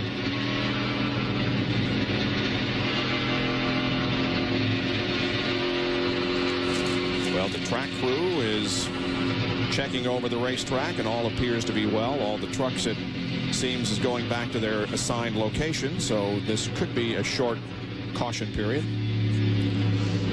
We'll take you inside a pit stop now. The crew cam on the 7 team. The Jackman, Britt Goodwrench. Jack goes under, goes up. And you see those guys quickly jerk those tires off. We see all the damage that Michael has on his Nation's Rent car. Britt lets the car down, goes around the left side. 1 pump, 2 pumps, it's up. Tires come off. All right, you got to make sure that tire doesn't hit the jack, knock it down. He watches, lets the jack down, and away he goes. And folks, that's 4 tires and fuel. Doesn't take long. Down to John Kernan. Sterling Marlin on pit road. They had the hood up, changing the power steering pump. Remember a few years ago, Mark Martin drove almost the entire race without power steering, how whipped he was. Sterling couldn't hardly get the wheel to turn, so they're underneath changing the power steering pump upstairs. Caution out with Rusty Wallace back in front of the Pontiac Excitement 400. Stay with us. We'll be back in a moment. All right. Green flag out at Richmond International Raceway, the Pontiac Excitement 400. At competitive speed once again. Rusty gets a good jump on Tony and the rest. And now at least one car is going to slide up between first and second, that being Elliott Sadler. He's 2 laps down, trying to get one of those laps. He's driving hard, trying to do that. I tell you what, we got a real scramble going on back there between Jeff Gordon and Mike Skinner. A battle for the 3rd position. Well, Gordon has picked up positions on every pit stop. Dale Earnhardt is also in the mix, and so is his son, Earnhardt Jr. And Earnhardt Sr. Oh, man. That was close. Very close. Dale Earnhardt, the 3 car, gets into the 4th position. Now Junior trying to get in the middle. Oh, man. Coming off 3 wide. They made it somehow. Johnny Benson there in the 10 car, 2 laps down at 29th. Here comes Ricky Rudd to the inside of him. Ricky is battling with Skinner. Trying to take over that 6th position. Johnny Benson in the car number 10 was caught in the middle there. We see the 60 car constantly dying. He's in there battling, but he's 2 laps down, back in 30th position. But his car is fast enough. If he could get up there and get by these cars, he might have a chance of getting one of those laps back. But he's got a long way to go. And Dale Earnhardt Jr., the Bud car, gets in front of the Goodrich Chevrolet of Dale Earnhardt. Dale Earnhardt Jr.'s car has been very fast on new tires. Now, notice on that last run, he had dropped back. He had gotten up to about 7th or 8th place and had dropped back to 10th or 11th when the caution came out. But he's fast on new tires. Jerry Punch is with Ricky Craven. Ricky, after an impressive run, not the way you wanted the night to end, what happened out there? Well, the car was really good early. It was probably the best all night on 2 tires. And then the last set of tires were really, really tight. We needed to run high, but not quite that high. And I just lost it getting in. Got out from underneath me. But really proud of the guys and the progress that we've made. And it's fun, you know. It wasn't fun long enough, but we really enjoyed ourselves. Took some time off to get the team organized, and apparently it has paid off big time for you tonight. Yeah, it has. It was painful to watch on TV, but this is rewarding, and I think this will pump everybody up. And we're going to run 3 or 4 of the next races, and then we'll take another break. But I'm proud of these guys, and it's. Want to say hi to everybody back home. Haven't seen everybody for a while. Good to see you. Good to see Ricky, but not before it's over. Ricky Kramer had a pretty good night going early on, guys. And I like a guy who says it was my fault, too. Yeah.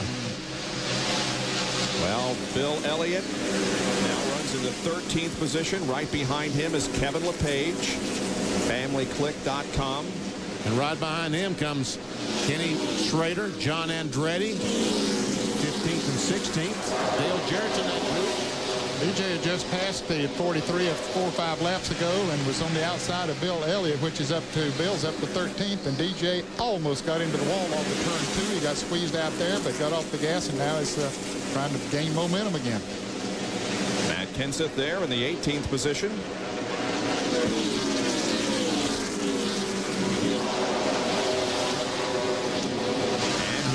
Ricky Rudd and Dale Earnhardt contesting the 5th spot. You see Jeff Gordon's been able to get by. Or was he in front before? I guess he was in front before. Yeah, he was in Earnhardt before.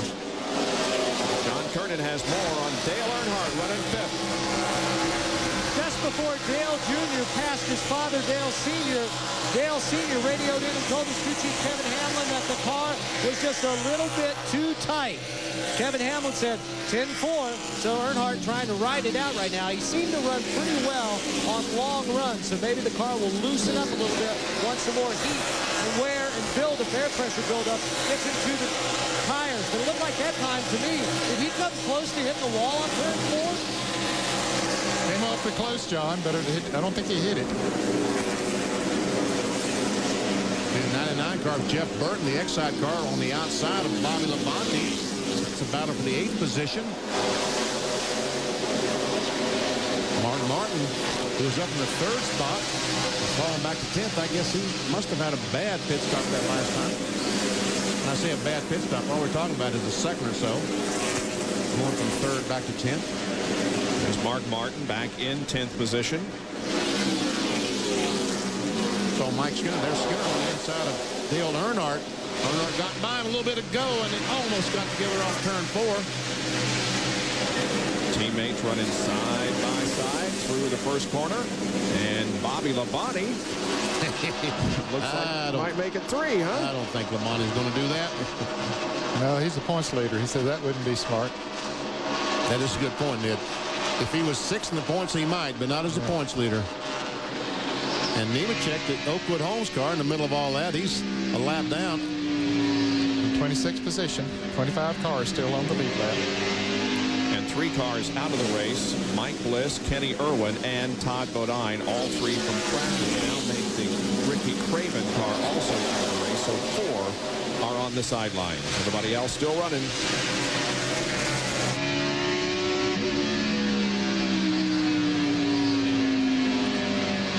Speed of the race just a little over 100 miles an hour. We have had 5 cautions for 37 laps. As we watch this battle continue between Earnhardt and Skinner. Well, Bobby Labonte decided to make it 3 wide. He said, I've raced along with these guys long enough down here trying to see which way they were going to go, so I'll just get in there and mix it up with them. Now, this is where it's going to be a problem right here. They did that good, didn't they? They really did on one little bump that I saw. Skinner got in there and a little bit.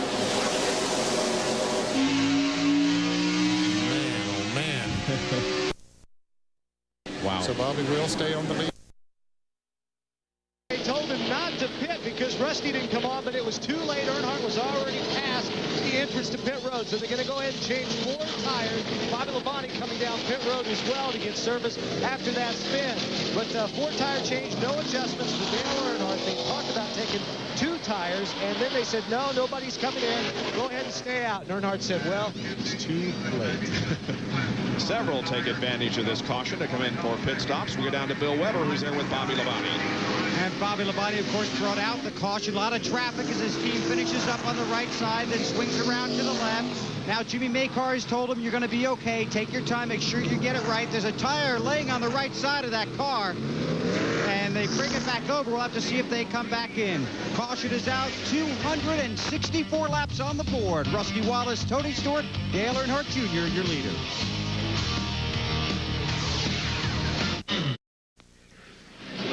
About a half a lap from going back to green. Here's some replays of what just happened. There's Circuit City on board, and we see we go on the spin cycle.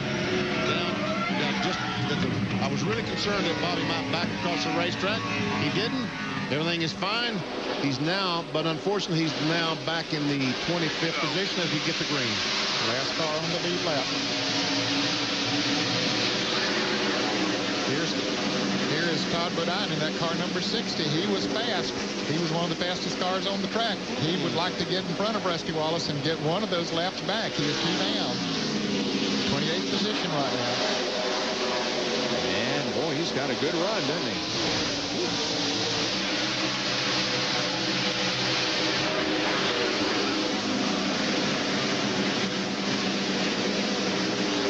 That car gets a bite coming off the low side of the racetrack.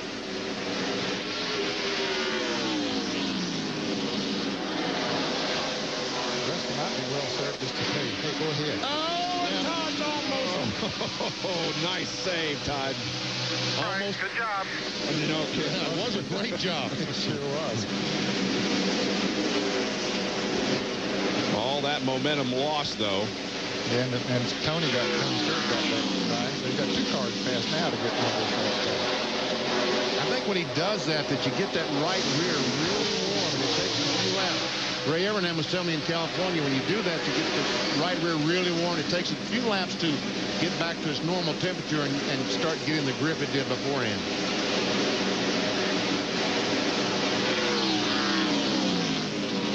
Well, the 21 car is also 2 laps down. He is battling Todd Bodine for position. And Joe Nemechek, the other car there, he's only 1 lap down. Let's take a look at a Pontiac Grand Prix race recap. Rusty has led 223 of the 271 laps that have been run so far. 14 lead changes, 6 caution periods for 45 laps, and the most recent caution took that average speed down below 100 miles an hour. There's a look at who has led and how many. Stewart now has moved to the 2nd highest number of laps led, but he's far, far behind Rusty's total of 223 and counting. So Rusty Wallace will win the Gatorade $10,000 prize for leading the most laps here at Richmond International Raceway. Oh, and see, Jimmy Spencer got all of a sudden gets high and several cars going by. 4 cars out of the race at this point. Oh, you wasn't finished. Sorry, Bob. Sorry. All right, here is Mark Martin taking 7th and Chad Little into the wall.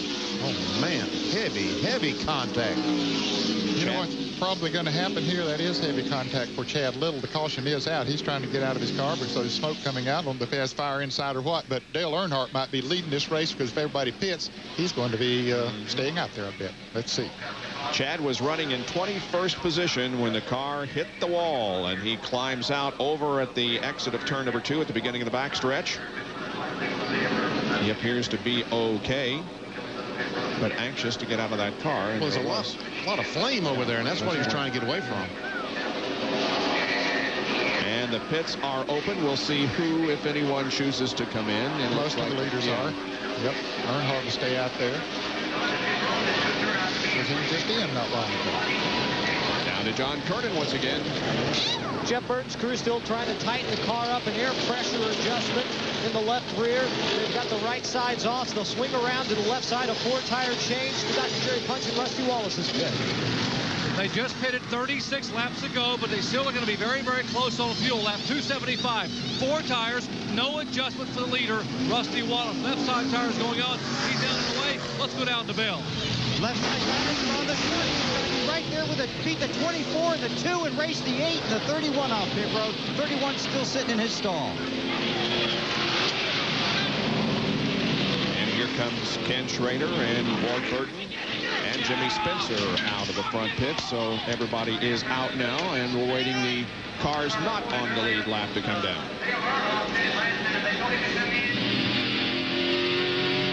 And as they cross the line, you are going to be right, Ned. The leader is going to be Dale Earnhardt. And Bill Elliott did not stop, so he is going to be in second place. Third, Matt Kenseth. Fourth, John Andretti. And here's a replay from onboard Sterling Marlin. Up ahead of him there, you can see the impact. Right front tire once again goes flat on the John Deere Ford, just directly in the wall, and look at that tremendous flame.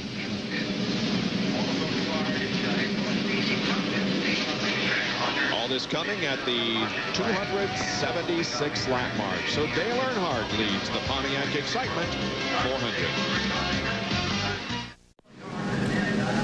Live NASCAR Winston Cup racing for you here at Richmond tonight, and we have racing for you tomorrow afternoon. A big double header, as a matter of fact. It begins at 1:30 Eastern Time on ESPN. The Ram Tough 200 for the NASCAR Craftsman Truck Series. Greg Biffle on the front row along with Jack Sprague. Then at 4:30 on ESPN2, our first live Thunder telecast of the year 2000, the Coors Light Silver Bullet Series with Gary Lee and Larry Rice and others. That's at 4:30 on ESPN2. For more, log on to ESPN.com, part of Go Network, go.com. 1 lap to go, back to green. Let's check in with Bill Weber.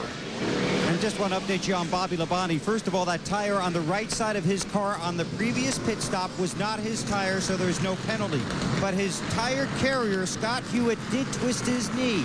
They put some ice on it. They think he's going to be okay. They do have a backup plan if they need it, but they think he's going to be all right for the rest of the race. Some of these guys I thought might come down and top off because their fuel could probably go the distance, but certainly they'll need tires before the end of the race. We'll see what happens. Let's go to Jerry. Teams are trying to remove those right side tires under the new NASCAR rule to get them out of the way of the cars behind them. But 3 times tonight, the right side tire off the Pennzoil Chevrolet hitting in front of Rusty Wallace has rolled down in front of Rusty Wallace's car. Now, it may not be a problem right now, but if it comes down to one final pit stop, twice Rusty had to dodge it. Robin Pemberton and the crew have complained, and NASCAR has spoken to Steve Park and his crew. Well, here's the situation. 11 cars did not pit that time. They had pitted just a few laps ago. And Kenny Wallace at the front of the line is at the tail end of the lead lap in 25th position. The leader of the race is Dale Earnhardt. Second is Bill Elliott. Then Matt Kenseth, John Andretti, and Terry Labonte. Now, off pit road, Tony Stewart won that. He's back in 12th position. And Dale Earnhardt Jr. also back there. Rusty Wallace is in 15th. We're going to see a lot of racing here for the next little while. Now, they had Earnhardt and that group that had pitted on that previous caution had run only about 7 laps under green flag conditions. Now, I don't know how much that will affect those tires. They've had a chance to cool off during this caution, so it might not affect them too much. Here's Todd Bodine in the car number 60 trying to get a lap back. He did come in and make a pit stop and put on 4 new tires. Kenny Wallace is right in front of Dale Earnhardt there, so he's back on the lead lap. Kenny is in 25th position, but almost a lap down. Benny, the situation involving Bobby Labonte, who spun, it really didn't hurt him that much because he's still up there in the top 10. In fact, he's 7th.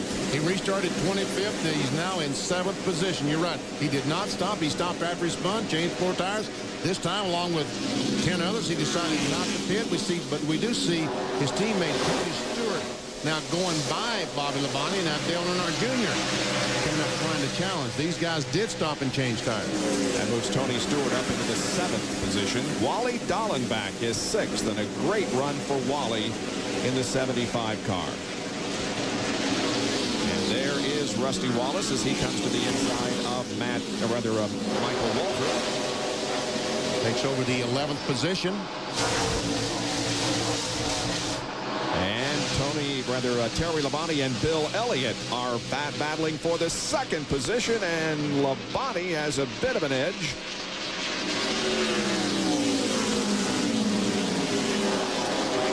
Labonte has made several pit stops during caution periods and made a lot of adjustments on that Kellogg Chevrolet. So we got it right now. Furthest anyone has ever come from deep in the field to start the race to win is Terry Labonte. That happened back in '95. He started 24th and came to victory in a big scramble off the corner. Robbie Gordon, the 13 car, the Burger King car, gets in the wall coming off corner 2, and all those cars were trying to dodge. Caution out. Caution is out. No, it's not a caution. Did he say no caution out? Or yeah. Yeah, I think that. Battle for the lead. Labonte has gone by Bill Elliott. Terry Labonte, the Kellogg's car, drives on the inside of Earnhardt, trying to take the lead. And you see Todd Bodine, the Power Team car, has driven away from this group. Yep. He could catch a caution now. They get one of those laps back and then do that all over again. He could have a shot at this thing.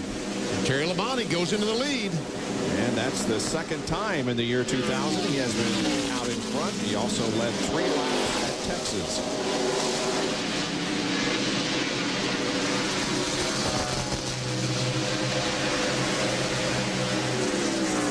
Tony Stewart is a second and a half back.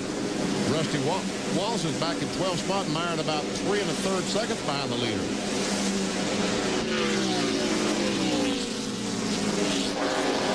Terry is in his 43rd straight race here at Richmond.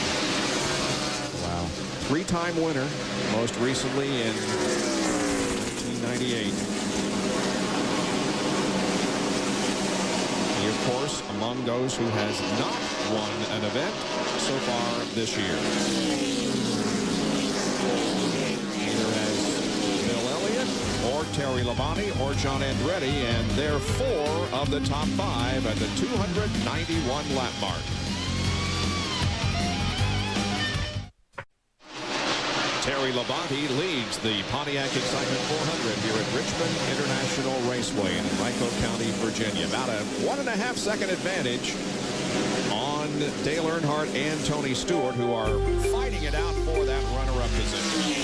And this has been going on for the last couple, 3 laps. Stewart running on the bottom of the racetrack, as he has done most of the night, but Earnhardt on the outside running, and looks like Tony may have him this time.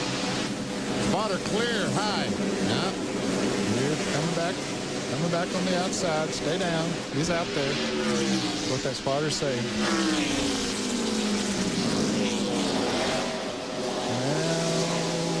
Well, he had him. He does have him. But didn't pull out there. Now he's got him. But with all that, he's a 2.5 seconds behind. Well, Bill Pito and Trey Wingo have the report on SportsCenter after the race. Full highlights and analysis from the Kentucky Derby.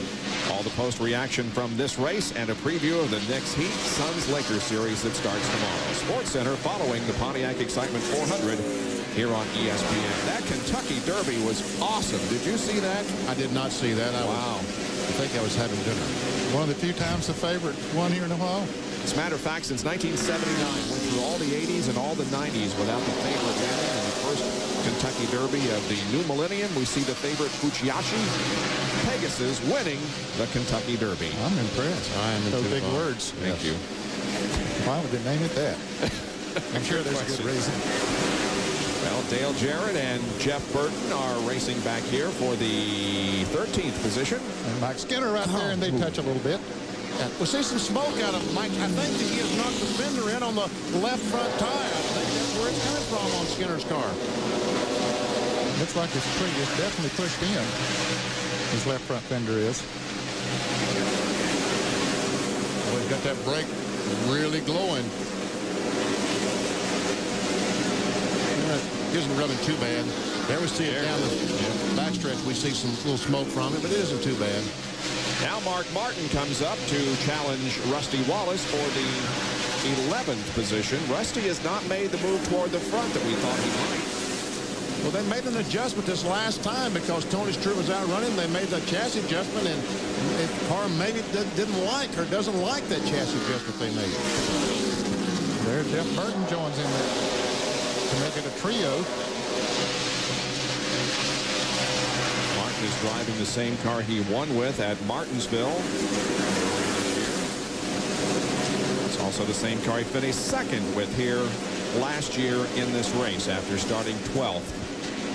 Bob, in defense of Dale Jarrett, I mentioned that they spent 23 and a half seconds in the pits the time before this. Evidently, they either put a rubber in or took a rubber out of the right rear because the car is running about 0.3 of a second a lap faster now than he was before then. So I guess there's a major adjustment that they made, not just the fact it took them that long to change tires. And maybe worth the while in the pits of the car. And here comes Jarrett. And that was you saw Rusty Walsh's car wiggle off turn 2. That might be the first time all night we've seen that Miller Lite car get out of control just the least bit. DJ's car now will slip a little bit there coming off of that corner, but I've been noticing he's able to run down the bottom of the racetrack where before he was not able to. And boy, is that an advantage. Stewart just 3/4 of a second behind Terry Labonte. Right now, Tony Stewart's getting the advantage of Kenny Wallace up there in front of Terry Labonte, trying to stay in the lead lap. Wallace did get was able to stay in front of the leader at the last restart and still is on the lead lap in the 25th position. But it's Terry Labonte leading Tony Stewart by about 3/4 of a second. We have a new leader at the Pontiac Excitement 400. Tony Stewart has gone on into the lead for the second time tonight. Stewart. And now we have a crash as Mike Skinner is in the fence. I guess that's over on the inside, going in the pits or going in turn 3. Yes. Well, this is the caution that the 55 car Kenny Wallace needed. That puts him back on the lead lap, and he'll be at the tail end now. And Todd Bodine had already run away from him by almost 7 seconds, so that got that lap back. He's still one down. A lot of damage to Mike Skinner's low Chevrolet. Wow. Skinner led 10 laps on 2 different occasions, and so here on lap 317, his car is badly damaged. Here it is in the backstretch. Hard contact with the inside retaining wall. We'll be right back. ESPN's presentation of the Pontiac Excitement 400 from Richmond being brought to you by Nations Rent. For construction rental equipment, call 1-800-NO-SWEAT. By Pepsi, the joy of cola. And by Daytona USA, the official attraction of NASCAR. Caution out here on lap 319. Mike Skinner into the wall at the end of the backstretch, and pit stops have occurred, and Ward Burton got out first, we assume because he took 2 tires. We understand that is, in fact, the case, Bob. He beat everybody out of the pit, so he's now the leader. But he had led a lap earlier. He'd stayed out, I think, on the caution and led a lap. There's your triple split. Dale Earnhardt leaves pit road. Terry Labonte leaves pit road. Now Tony Stewart, as all these cars come down pit road, he finishes his pit stop, but there we saw Ward Burton. There he comes the race off pit road, and Burton just beat him by about a half a car length. So Ward Burton will be at the front of the field when we go back to green. Tony Stewart running second, followed by Terry Labonte, Bill Elliott, and Dale Earnhardt Jr. now runs in 5th. Back under green at Richmond International Raceway, Ward Burton came out of the pits in the lead. He still has it, and Tony Stewart is in second. Joe Nemechek down there to the inside is trying desperately to get his lap back, but he remains a lap down in the 25th spot. And we see Todd Bodine driving the 60 car in relief of his brother. He has gotten 1 lap back. Right there at the battle of the leader, trying to get another lap back. Tony Stewart looking on the inside. Oh, man, that was close. The Nemechek was down on the inside of him. That was going to be a wreck there. Tony didn't slip out on the outside. Todd Bodine coming up on the outside of Nemechek. Now, once again, Tony Stewart's going to dive to the inside. Ward Burton on the outside, but Tony can't get that run off the corner. But he's where he wants to be because that car has been working best on the low line. when he can use the entire racetrack. But right now, not being able to come up and use the entire racetrack has really slowed his progress. More from Bill Weber. And they told Tony Stewart before the green came out that the 22 just took 2 right side tires, and his car has been rather ill handling through most of the evening, especially earlier in the run. So they told him, take your time. He didn't have any trouble getting around him over the long haul. And a report on Kevin LePage, who has been up in the top 15 most of the evening. He has now dropped back to the 23rd position. We understand he's low on power. They had hoped to check it over during the caution, but ran out of time, so he's still out there in the 23rd spot. And look at Todd Bodine is about to get that lap back. He's down on the inside of Tony Stewart as we watch this battle between Dale Earnhardt and Ricky Rudd. But there's that 60 car passing the leader. You're clear, man. Way to go. And he is back on the lead lap. Todd Bodine in relief from Jeffrey. 2 laps down, but now he's right back on the lead lap. And that's how he lost the 2 laps, was in the driver change. In fact, he was almost 3 laps down. Rusty Wallace was only a half a dozen car lengths behind him when he came out of the pits. He drove away. Rusty was leading the race at that time, and he just drove away from Rusty. And I suspect he'll drive away from Tony Stewart. It looks like he's going to. Races for 6th here between Rudd and Earnhardt. There's Jeff Gordon in the 10-4 car right behind them.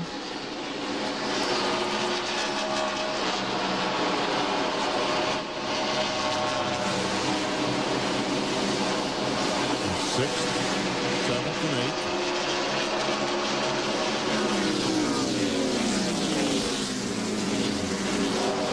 Ricky Rudd decided to go up and follow Dale Earnhardt, so Jeff Gordon drives to the inside.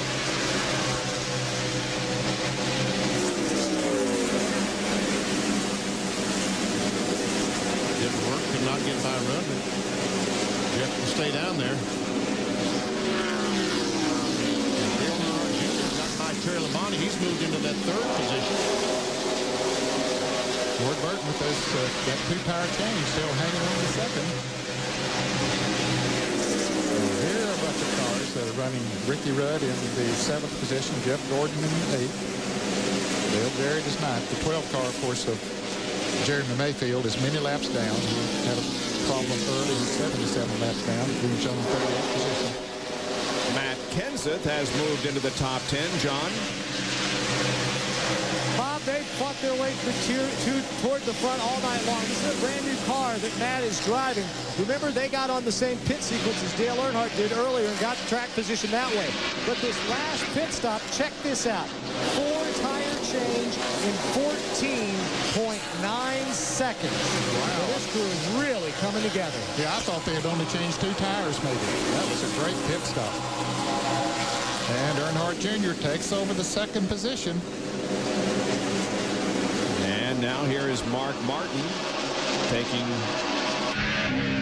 the 10th. Yep. 3 Rouse cars running together. There's Jeff Burton running in the...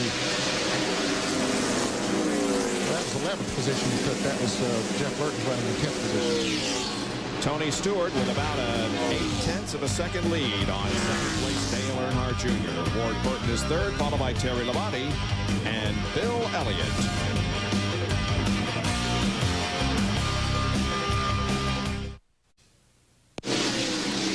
From high overhead Richmond International Raceway in the Pontiac Excitement 400, the Pennzoil Copter Cam is showing you the leader of the race, Tony Stewart, who has almost a second advantage over Dale Earnhardt Jr. And we are on lap 348 and a huge battle raging behind Tony Stewart. It involves Dale Earnhardt, Ricky Rudd, Jeff Gordon, Dale Jarrett, and Mark Martin is not too far behind. They have really been going at it. A few laps ago, Rudd was up beside Earnhardt. Jarrett was up beside of Gordon. They were running side by side, but neither Rudd nor Jarrett could make the pass down on the inside.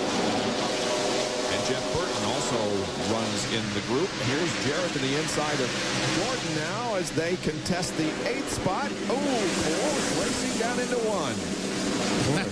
Whoa. He drove her in pretty deep that time. He drove it in too deep, and it cost him. He gained 1 position, but took 2 away, and Gordon comes back and runs into Bobby Labonte gets into it. Man, oh man. And no caution. And let's see, who's that smoking up there in front of him? Nemechek, he's been smoking the last few laps. But right now, Bobby Labonte has the right front tire rubbing, it looks like. And you can see damage on the left front of Gordon's car. To the right front smoking. Here, the points leader, as he's going to have to come in to the pits. And here's a replay of what happened. There we see DJ just try to do a slide job on Jeff to get by. And there we see they both go high. And when they come off the corner, Jeff's trying to go on the inside, and DJ goes down, and boom, there's Bobby Labonte. I guess DJ was trying to block Jeff from getting by, and I'm assuming. Well, no, Jeff did say he turns him. I see. And he had no choice but to turn out. Got in the left rear of DJ. Down to Bill Weber. Right side tires only for the 18 car. They want the sheet metal pulled away and anything else that might be rubbing. They got the right sides on, drop the track, send them on his way. Bobby Labonte goes back into competition. He was in 13th position when that incident occurred, and now he goes a lap down in 26th. And besides all that, he has also lost the points lead. And not only that, he has dropped to third in the points at the moment, with both Mark Martin and Ward Burton ahead of him in points. Ward Burton still hanging in there in the 5th position. But Bobby Labonte's teammate, Tony Stewart, continues to pull away from Dale Earnhardt Jr. The interval now has increased to 1.5 seconds. I'm assuming that Bobby Labonte is going to get a black flag. Let's see. He is, and he's coming down to heed the black flag. What happened when they made the changes? They knocked the fender out. They didn't take the tires back across. The right side tires they took off were sitting on pit road. They did not take them back across. That's what the black flag is about. And regardless of whether there is anyone else on pit road or not, the penalty is still assessed. So Bobby Labonte observes the stop-and-go penalty that will drop him further back in the field. We're in the closing laps of this race, and this is the incident that has caused all the problems for Bobby Labonte. Contact with Dale Jarrett and Jeff Gordon.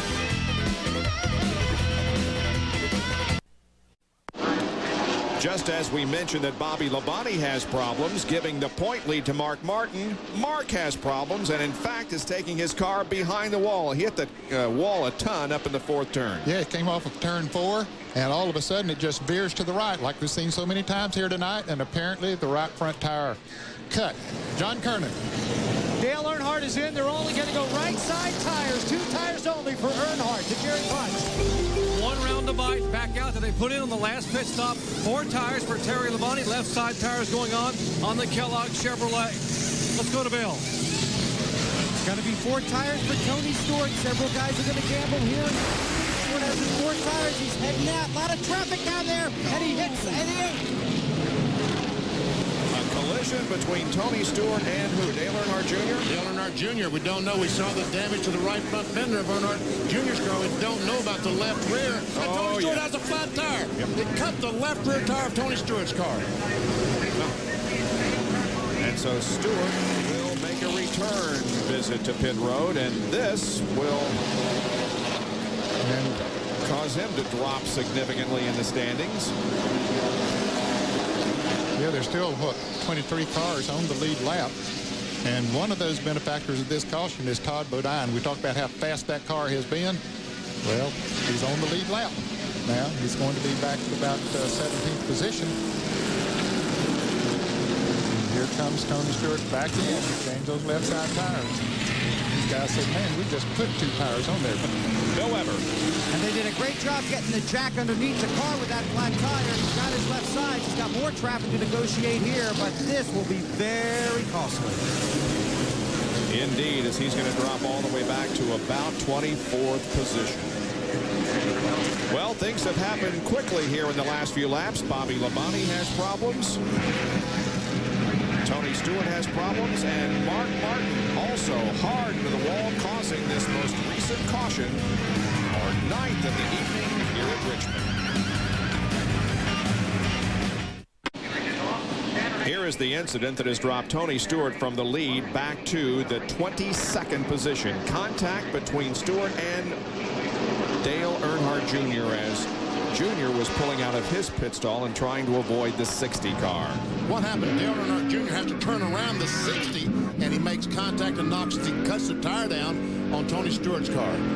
So Stewart restarts from 22nd position. Todd Bodine is in 16th. The leader is Dale Earnhardt, and his son is behind him. Oh, and we see there's a lot of sparks off Dale Earnhardt Jr.'s car. Bill Weber. They're concerned about the right front fender on the 8. They're also concerned about the toe, so they wouldn't know for sure until how good the car was. Junior going for the lead. He's alongside his father right at the start-finish line. And for the lead down into turn 1, still some sparks coming from Junior's car, but he takes the lead. And his car has been fast all night on fresh tires. It's been pretty fast since they made adjustments on it on used tires, but fresh tires. Terry Labonte is right there now challenging Earnhardt for second as Dale Jarrett is right behind Labonte.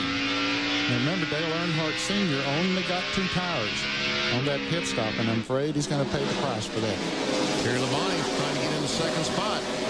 Dale Jr. told me this afternoon one of the biggest thrills of his career was passing Mark Martin last fall to win the NASCAR Busch Series race here. I wonder if he would change his mind if he could. His biggest thrill might be passing his dad to win the NASCAR Winston Cup race here at Richmond. And John Kernan is with Mark Martin, who's behind the wall. Mark's been checked out in the infield care center. Mark, you all right? Right front tire blew out. We've been taking it easy all night, trying to take it easy. But it was time to go. I had my foot on the gas. She didn't hold up, so disappointment. We had I think, a really good car, but we didn't get to quite use it tonight. Mark Martin can still smile after that. A very, very tough weekend for him. Yesterday, his nephew, Christian Levendahl, was killed in a car crash near Charlotte, North Carolina. So another tough weekend for Mark Martin. Levendahl was the crew chief on the P.J. Jones car in the NASCAR Busch Series. Meanwhile, they're 3 abreast off the corner, and Rusty Wallace, Ward Burton, and Earnhardt, and Rusty gets in front of all these guys and takes over the 5th spot. Suddenly, Rusty Wallace reemerges as a contender.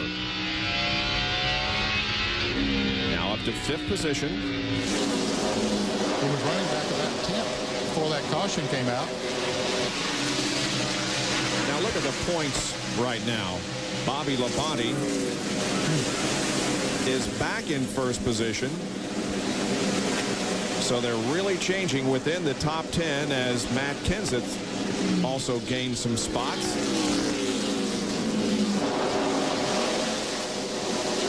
And this race has 25 laps to go. Ward Burton just able to get by Dale Earnhardt. Now Jeff Burton up there trying to get by the 40 car of Sterling Marlin several laps down. Yeah, in fact, he's 11 laps down. He had some major problems there for a while.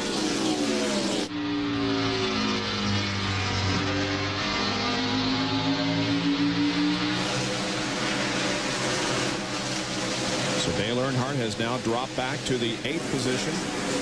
The leader is Dale Earnhardt Jr. by about 0.7 of a second, although he does have damage on the right front of the car. Here's Terry Labonte, who's running in 2nd position, and Dale Jarrett, who was involved in that incident with Jeff Gordon and Bobby Labonte, is in 3rd.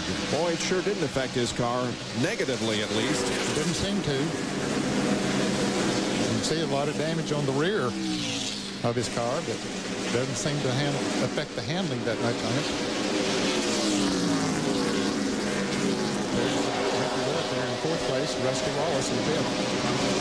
Todd Bodine back on the lead lap. Not only that, but he is in the battle for the 12th position here with Matt Kenseth and Jeff Gordon. Restarted 17th, so he's picking them off.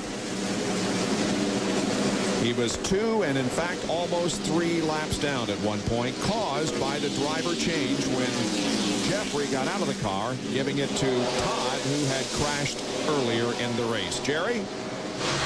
And, guys, there's more to the story. Because of the back brace that Jeffrey Bodine wears, he was actually pushed forward in the seat so Jeffrey Bodine could reach the pedals. When he got out and Todd got in, he could not reach the pedals to push them all the way down. They had to go find padding, and they have finally put padding behind Todd Bodine, so now he can mash the pedals all the way down. This car has run so well. Imagine not being able to give it everything you got. Now he can reach everything, so he will definitely be a factor here these final laps. He's going to pick up a lot of positions, getting one more now from Jeff Gordon. Now that 33 car, there is the lap down. Joe Nemechek, he's in 23rd position. Well, there's Tony Stewart right on his back bumper. Stewart has moved up from 22nd to 14th now. And trying to take 13th from Jeff Gordon.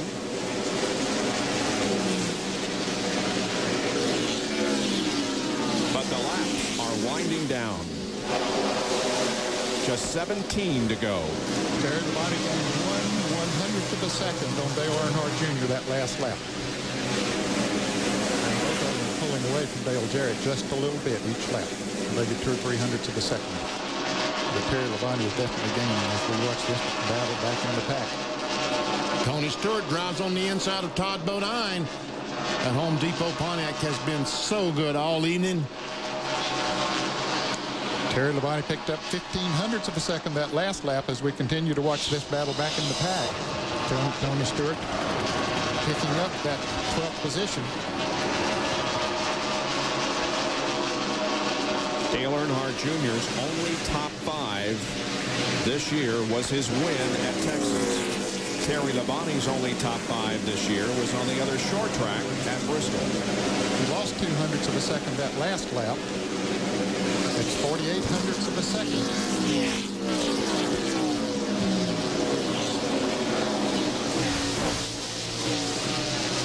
Now it's 4,300. Picked up a little bit that time. Picked up a little bit on both of them the last 2 laps. Boy, Terry Labonte's red rotor Ned was just cherry red that time.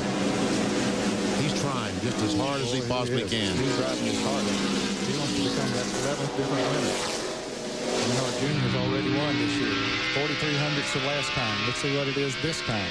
It's 4,600, so he didn't gain. He lost 0.03 of a second. Of course, Tony Stewart won 3 races in his rookie year last year, but he didn't start winning until September. Boy, if Dale Earnhardt Jr. can win his 2nd race in his rookie year this early, who knows how many he'll win. Exactly.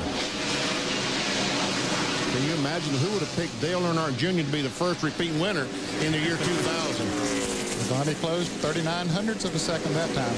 But let's follow him down into turn 3. He is really driving that Kellogg Chevrolet deep into turn 3. Now they're hitting him that way right now. Now watch how much he picks up on him going into that corner. Now Earnhardt Jr. gets off of turn 4 real good. Maybe Terry's entrance in there is hurting him a little bit because he lost 0.04 of a second that time around.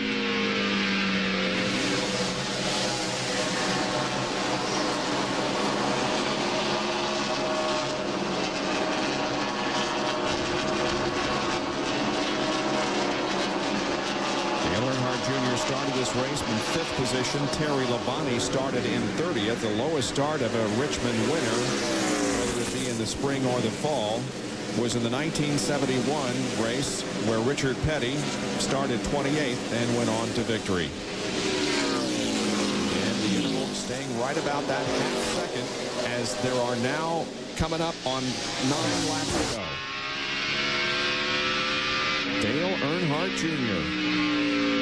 looking to become the first repeat winner of this year and break the string at 10 different winners to start a season. Right now, Terry Labonte, I think, is going to have to be concerned about being defensive rather than offensive because Dale Jarrett is gaining on him. He is, Benny. Terry stayed the same distance behind Earnhardt, but DJ was 1.35 seconds behind Earnhardt. Now he's 1.05, so he's gaining on both of them. I don't think he has time to catch Earnhardt. I think Terry, when he drove that car into those turns so hard, I think that he heated his tires up, and that's costing him a little bit of speed right now. It's still 0.52 of a second. DJ takes down to 0.99 of a second on the leader. DJ's taking the low road. These other guys are running high. And it's basically a battle among those three drivers because back in fourth position is Ricky Rudd, but he is more than 3.5 seconds behind Dale Earnhardt Jr. with 6 laps to go. Yeah. Look at Tony Stewart already up to 9th position after that left rear tire went flat. Had to start at the rear. And Todd Bodine in 13th. DJ's got that low line working for him, and it is working for him. But when he gets another car beside him, that will slow him down. 5 laps to go. Got down to 3,500, so he gained some there this last couple of laps. Cooled the tires maybe, and has got one last shot at Dale Earnhardt Jr., and he is indeed closing in on him. He reduces the interval to about a car length and a half. Yeah, he has really moved up. Interval is 28 hundredths. He shaved 700ths of a second off that lap. 4 laps to go. Down the backstretch they race. Labonte is close enough to perhaps make a move here.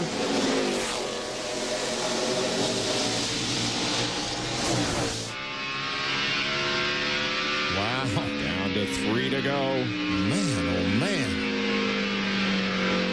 This is what racing's all about in NASCAR.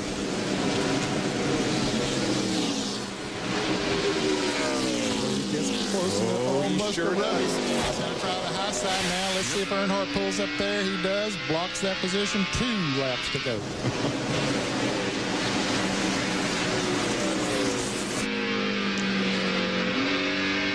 DJ's still running that low line down there. Yep. After he started doing that, he's gained almost a second on Dale Earnhardt Jr., but he started a little bit late. Well, they're looking at the white flag, ladies and gentlemen. One more lap around the 3/4 mile Richmond International Raceway. Will it be Earnhardt Jr., Terry Labonte, or Dale Jarrett in the Pontiac Excitement 400? Labonte looks to the inside of Earnhardt, coming off corner number 2, but they run single file down the backstretch. Labonte's going to have to make the move. He looks inside in turns 3 and 4, and he's not going to be able to do it at Richmond International Raceway. Dale Earnhardt Jr. wins his second NASCAR Winston Cup race. And side-by-side battles here all over the place. That's the battle for 10th that's taken by Dale Earnhardt. Steve Park is going to finish 11th and Ken Schrader 12th.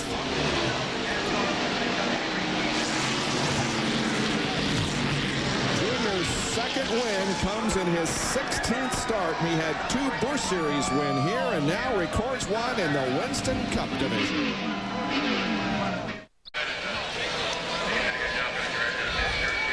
Until tonight, he had never led on a Winston Cup short track. Not only did he lead, but he won. Dale Earnhardt Jr. wins the Pontiac Excitement 400. Here's the McDonald's Winner's Circle interviewing Dr. Jerry Punch. And he makes the plunge as they are showering him with a combination of Gatorade and Budweiser down here in Victory Lane. And from Wall Street on Thursday to Victory Lane here on Saturday night, I bet he told them, he said, hey, you guys look at this Earnhardt stock. It's going to go up big time this weekend. Let's get him back over here. Dale Earnhardt Jr., congratulations on an outstanding effort tonight. 2 wins in just 11 races of your rookie year. Yeah, I tell you what, we didn't have the car to win that race, and I feel bad about what happened on pit road with Tony. I feel real bad about that, but he didn't give me a whole lot of room. And he cut his tire down, but we just got to run hard as we could. And as you can see, we weren't the fastest, but we just held on to it. I'll let you catch your breath. The restart with a little over 30 laps to go. You had to pass that. It had to be a dream come true. You talked about a couple of years ago about passing Mark Martin for the win here in the Busch event. How about passing your dad and moving on to take the victory? Yeah, I was looking forward to this race because we ran so well here in the past, and it's fun to win here. We've done so good in front of all these people, and it's good to run here. Run good here in Winston Cup. I want to thank Budweiser, Remington, and all the sponsors. Now, you didn't hurt yourself diving off on the crew members a moment ago. You just grabbed your ribs. You were fine all night, but you're okay. this event, what does it mean to you to be able to have this much success this early in your rookie year? I don't know, man. I'm about to pass out. I'm wore out. Go as hard as I can drive. All right, he is absolutely exhausted as we'll watch him go around and begin the celebrations. Earnhardt Jr., 25 years of age, the first repeat winner in the year 2000. Bob? And the third driver to win 2 races in his rookie year. Tony Stewart won 3, and Davey Allison also won 2 in his rookie year. Earnhardt wins at Richmond. Welcome back to Richmond International Raceway, where Dale Earnhardt Jr. has won this Pontiac Excitement 400. Sports Center is coming up next with a rundown on the Derby, plus a rundown on what happened here tonight. Let's go to John Kernan. And I'm with Terry Labonte, who finished a strong second tonight. Terry, you guys made a lot of adjustments on the car and finally got it about where you wanted it at the end, didn't you? Well, we did. We were real tight early in the race there, and we kept working on it the whole race there, and everybody did a good job. Gary and all the guys worked hard, trying to get the thing dialed in for us. And about the last 100 so left, we were pretty good. Came up a little bit short, but it's still a great run for us. I'm happy with the second place. Richmond's a great track for us, and, we came up here, hoping we could have a good run, and we sure did. I just wonder if it had been that other Earnhardt in front of Terry, what might have happened tonight, if we might have seen some fireworks. I don't know. We'll never know. Let's go to Bill Weber. Inside the press center with Dale Jarrett, and this was a short track classic, Dale. Yeah, that was a lot of fun. We didn't get our car adjusted very good at the beginning for about the first 220 or 30 laps, and we kept making a lot of adjustments, just none of them were making a change to the problem. And finally got a spring rubber in the right rear, and that set the car to sell, and then I could get a little bit aggressive and have a little bit of fun like the rest of them were. And you had a few thrilling moments out there as well that you hadn't planned on. Oh, certainly. It was tough to pass, and I had a good car, and a couple of times got myself in a position it was kind of hard to get out of, but that's just racing and part of it. So we came out of it okay, and how about Dale Jr.? Who would ever thought he'd been the first 2-time winner of the circuit, but does a great job. A lot of talent, and they do a good job, and Terry did a great job tonight. And, we had a good race there. I thought we might come across there 3 wide. Dale Jarrett comes home third, back upstairs. Good run for DJ, but a better run for Dale Earnhardt Jr., who takes home the victory here tonight. Now, as far as the points are concerned, Bobby Labonte remains on top, but by only 3 over Ward Burton, who moved up 1. Mark Martin down to third. Jeff Burton, Dale Earnhardt, and Dale Jarrett still to stay the same. Rusty Wallace up 1, so is Rudd. Gordon down 2, and Terry Labonte moves up 2 to 10th in the points. No. ESPN's coverage of the Pontiac Excitement 400 being brought to you by the Y-Track Pontiac Grand Prix, proud sponsor of the U.S. Olympic team. By Howard Johnson's Hotels and Inns. Howard Johnson makes you feel at home. And by Brewery Fresh Budweiser, official beer of NASCAR. Hey, race fans, this Bud's for you. And the Budweiser Chevy, driven by Dale Earnhardt Jr., was the winner here tonight in the 11th race of the 2000 NASCAR Winston Cup Series, and the first repeat winner. He finished about 0.16 of a second ahead of Terry Labonte. We had 10 leaders, 23 lead changes. The average speed of the race, 99.3 miles an hour, 9 cautions for a total of 59 laps, and Dale Earnhardt Jr. only led 31. Most laps were led by Rusty Wallace, 217. See, Stacy Compton finishes in 22nd. All those cars on the lead lap. And there's a remainder of the field. Some hard crashes here tonight, but everybody got out okay. Kenny Irwin spent some time in the infield care center, but he was not injured. So that's the situation from Richmond International Raceway, as another short track event has been held in the 2000 season, and it was typical short track racing. Early in the evening, Jeremy Mayfield was the first into the wall. All kinds of problems. There's Benny's hero of the evening as he changes a tire that's blazing hot. A lot of action in the pit area as well as on the racetrack. Bobby Labonte was involved in an incident, and that's what eliminated the chances perhaps of Tony Stewart winning. Dale Earnhardt Jr. is the champion for the second time this year. Thanks for joining us. This has been a presentation of ESPN, the worldwide leader in sports. For more, log on to ESPN.com, part of Go Network, go.com. See you in Sonoma.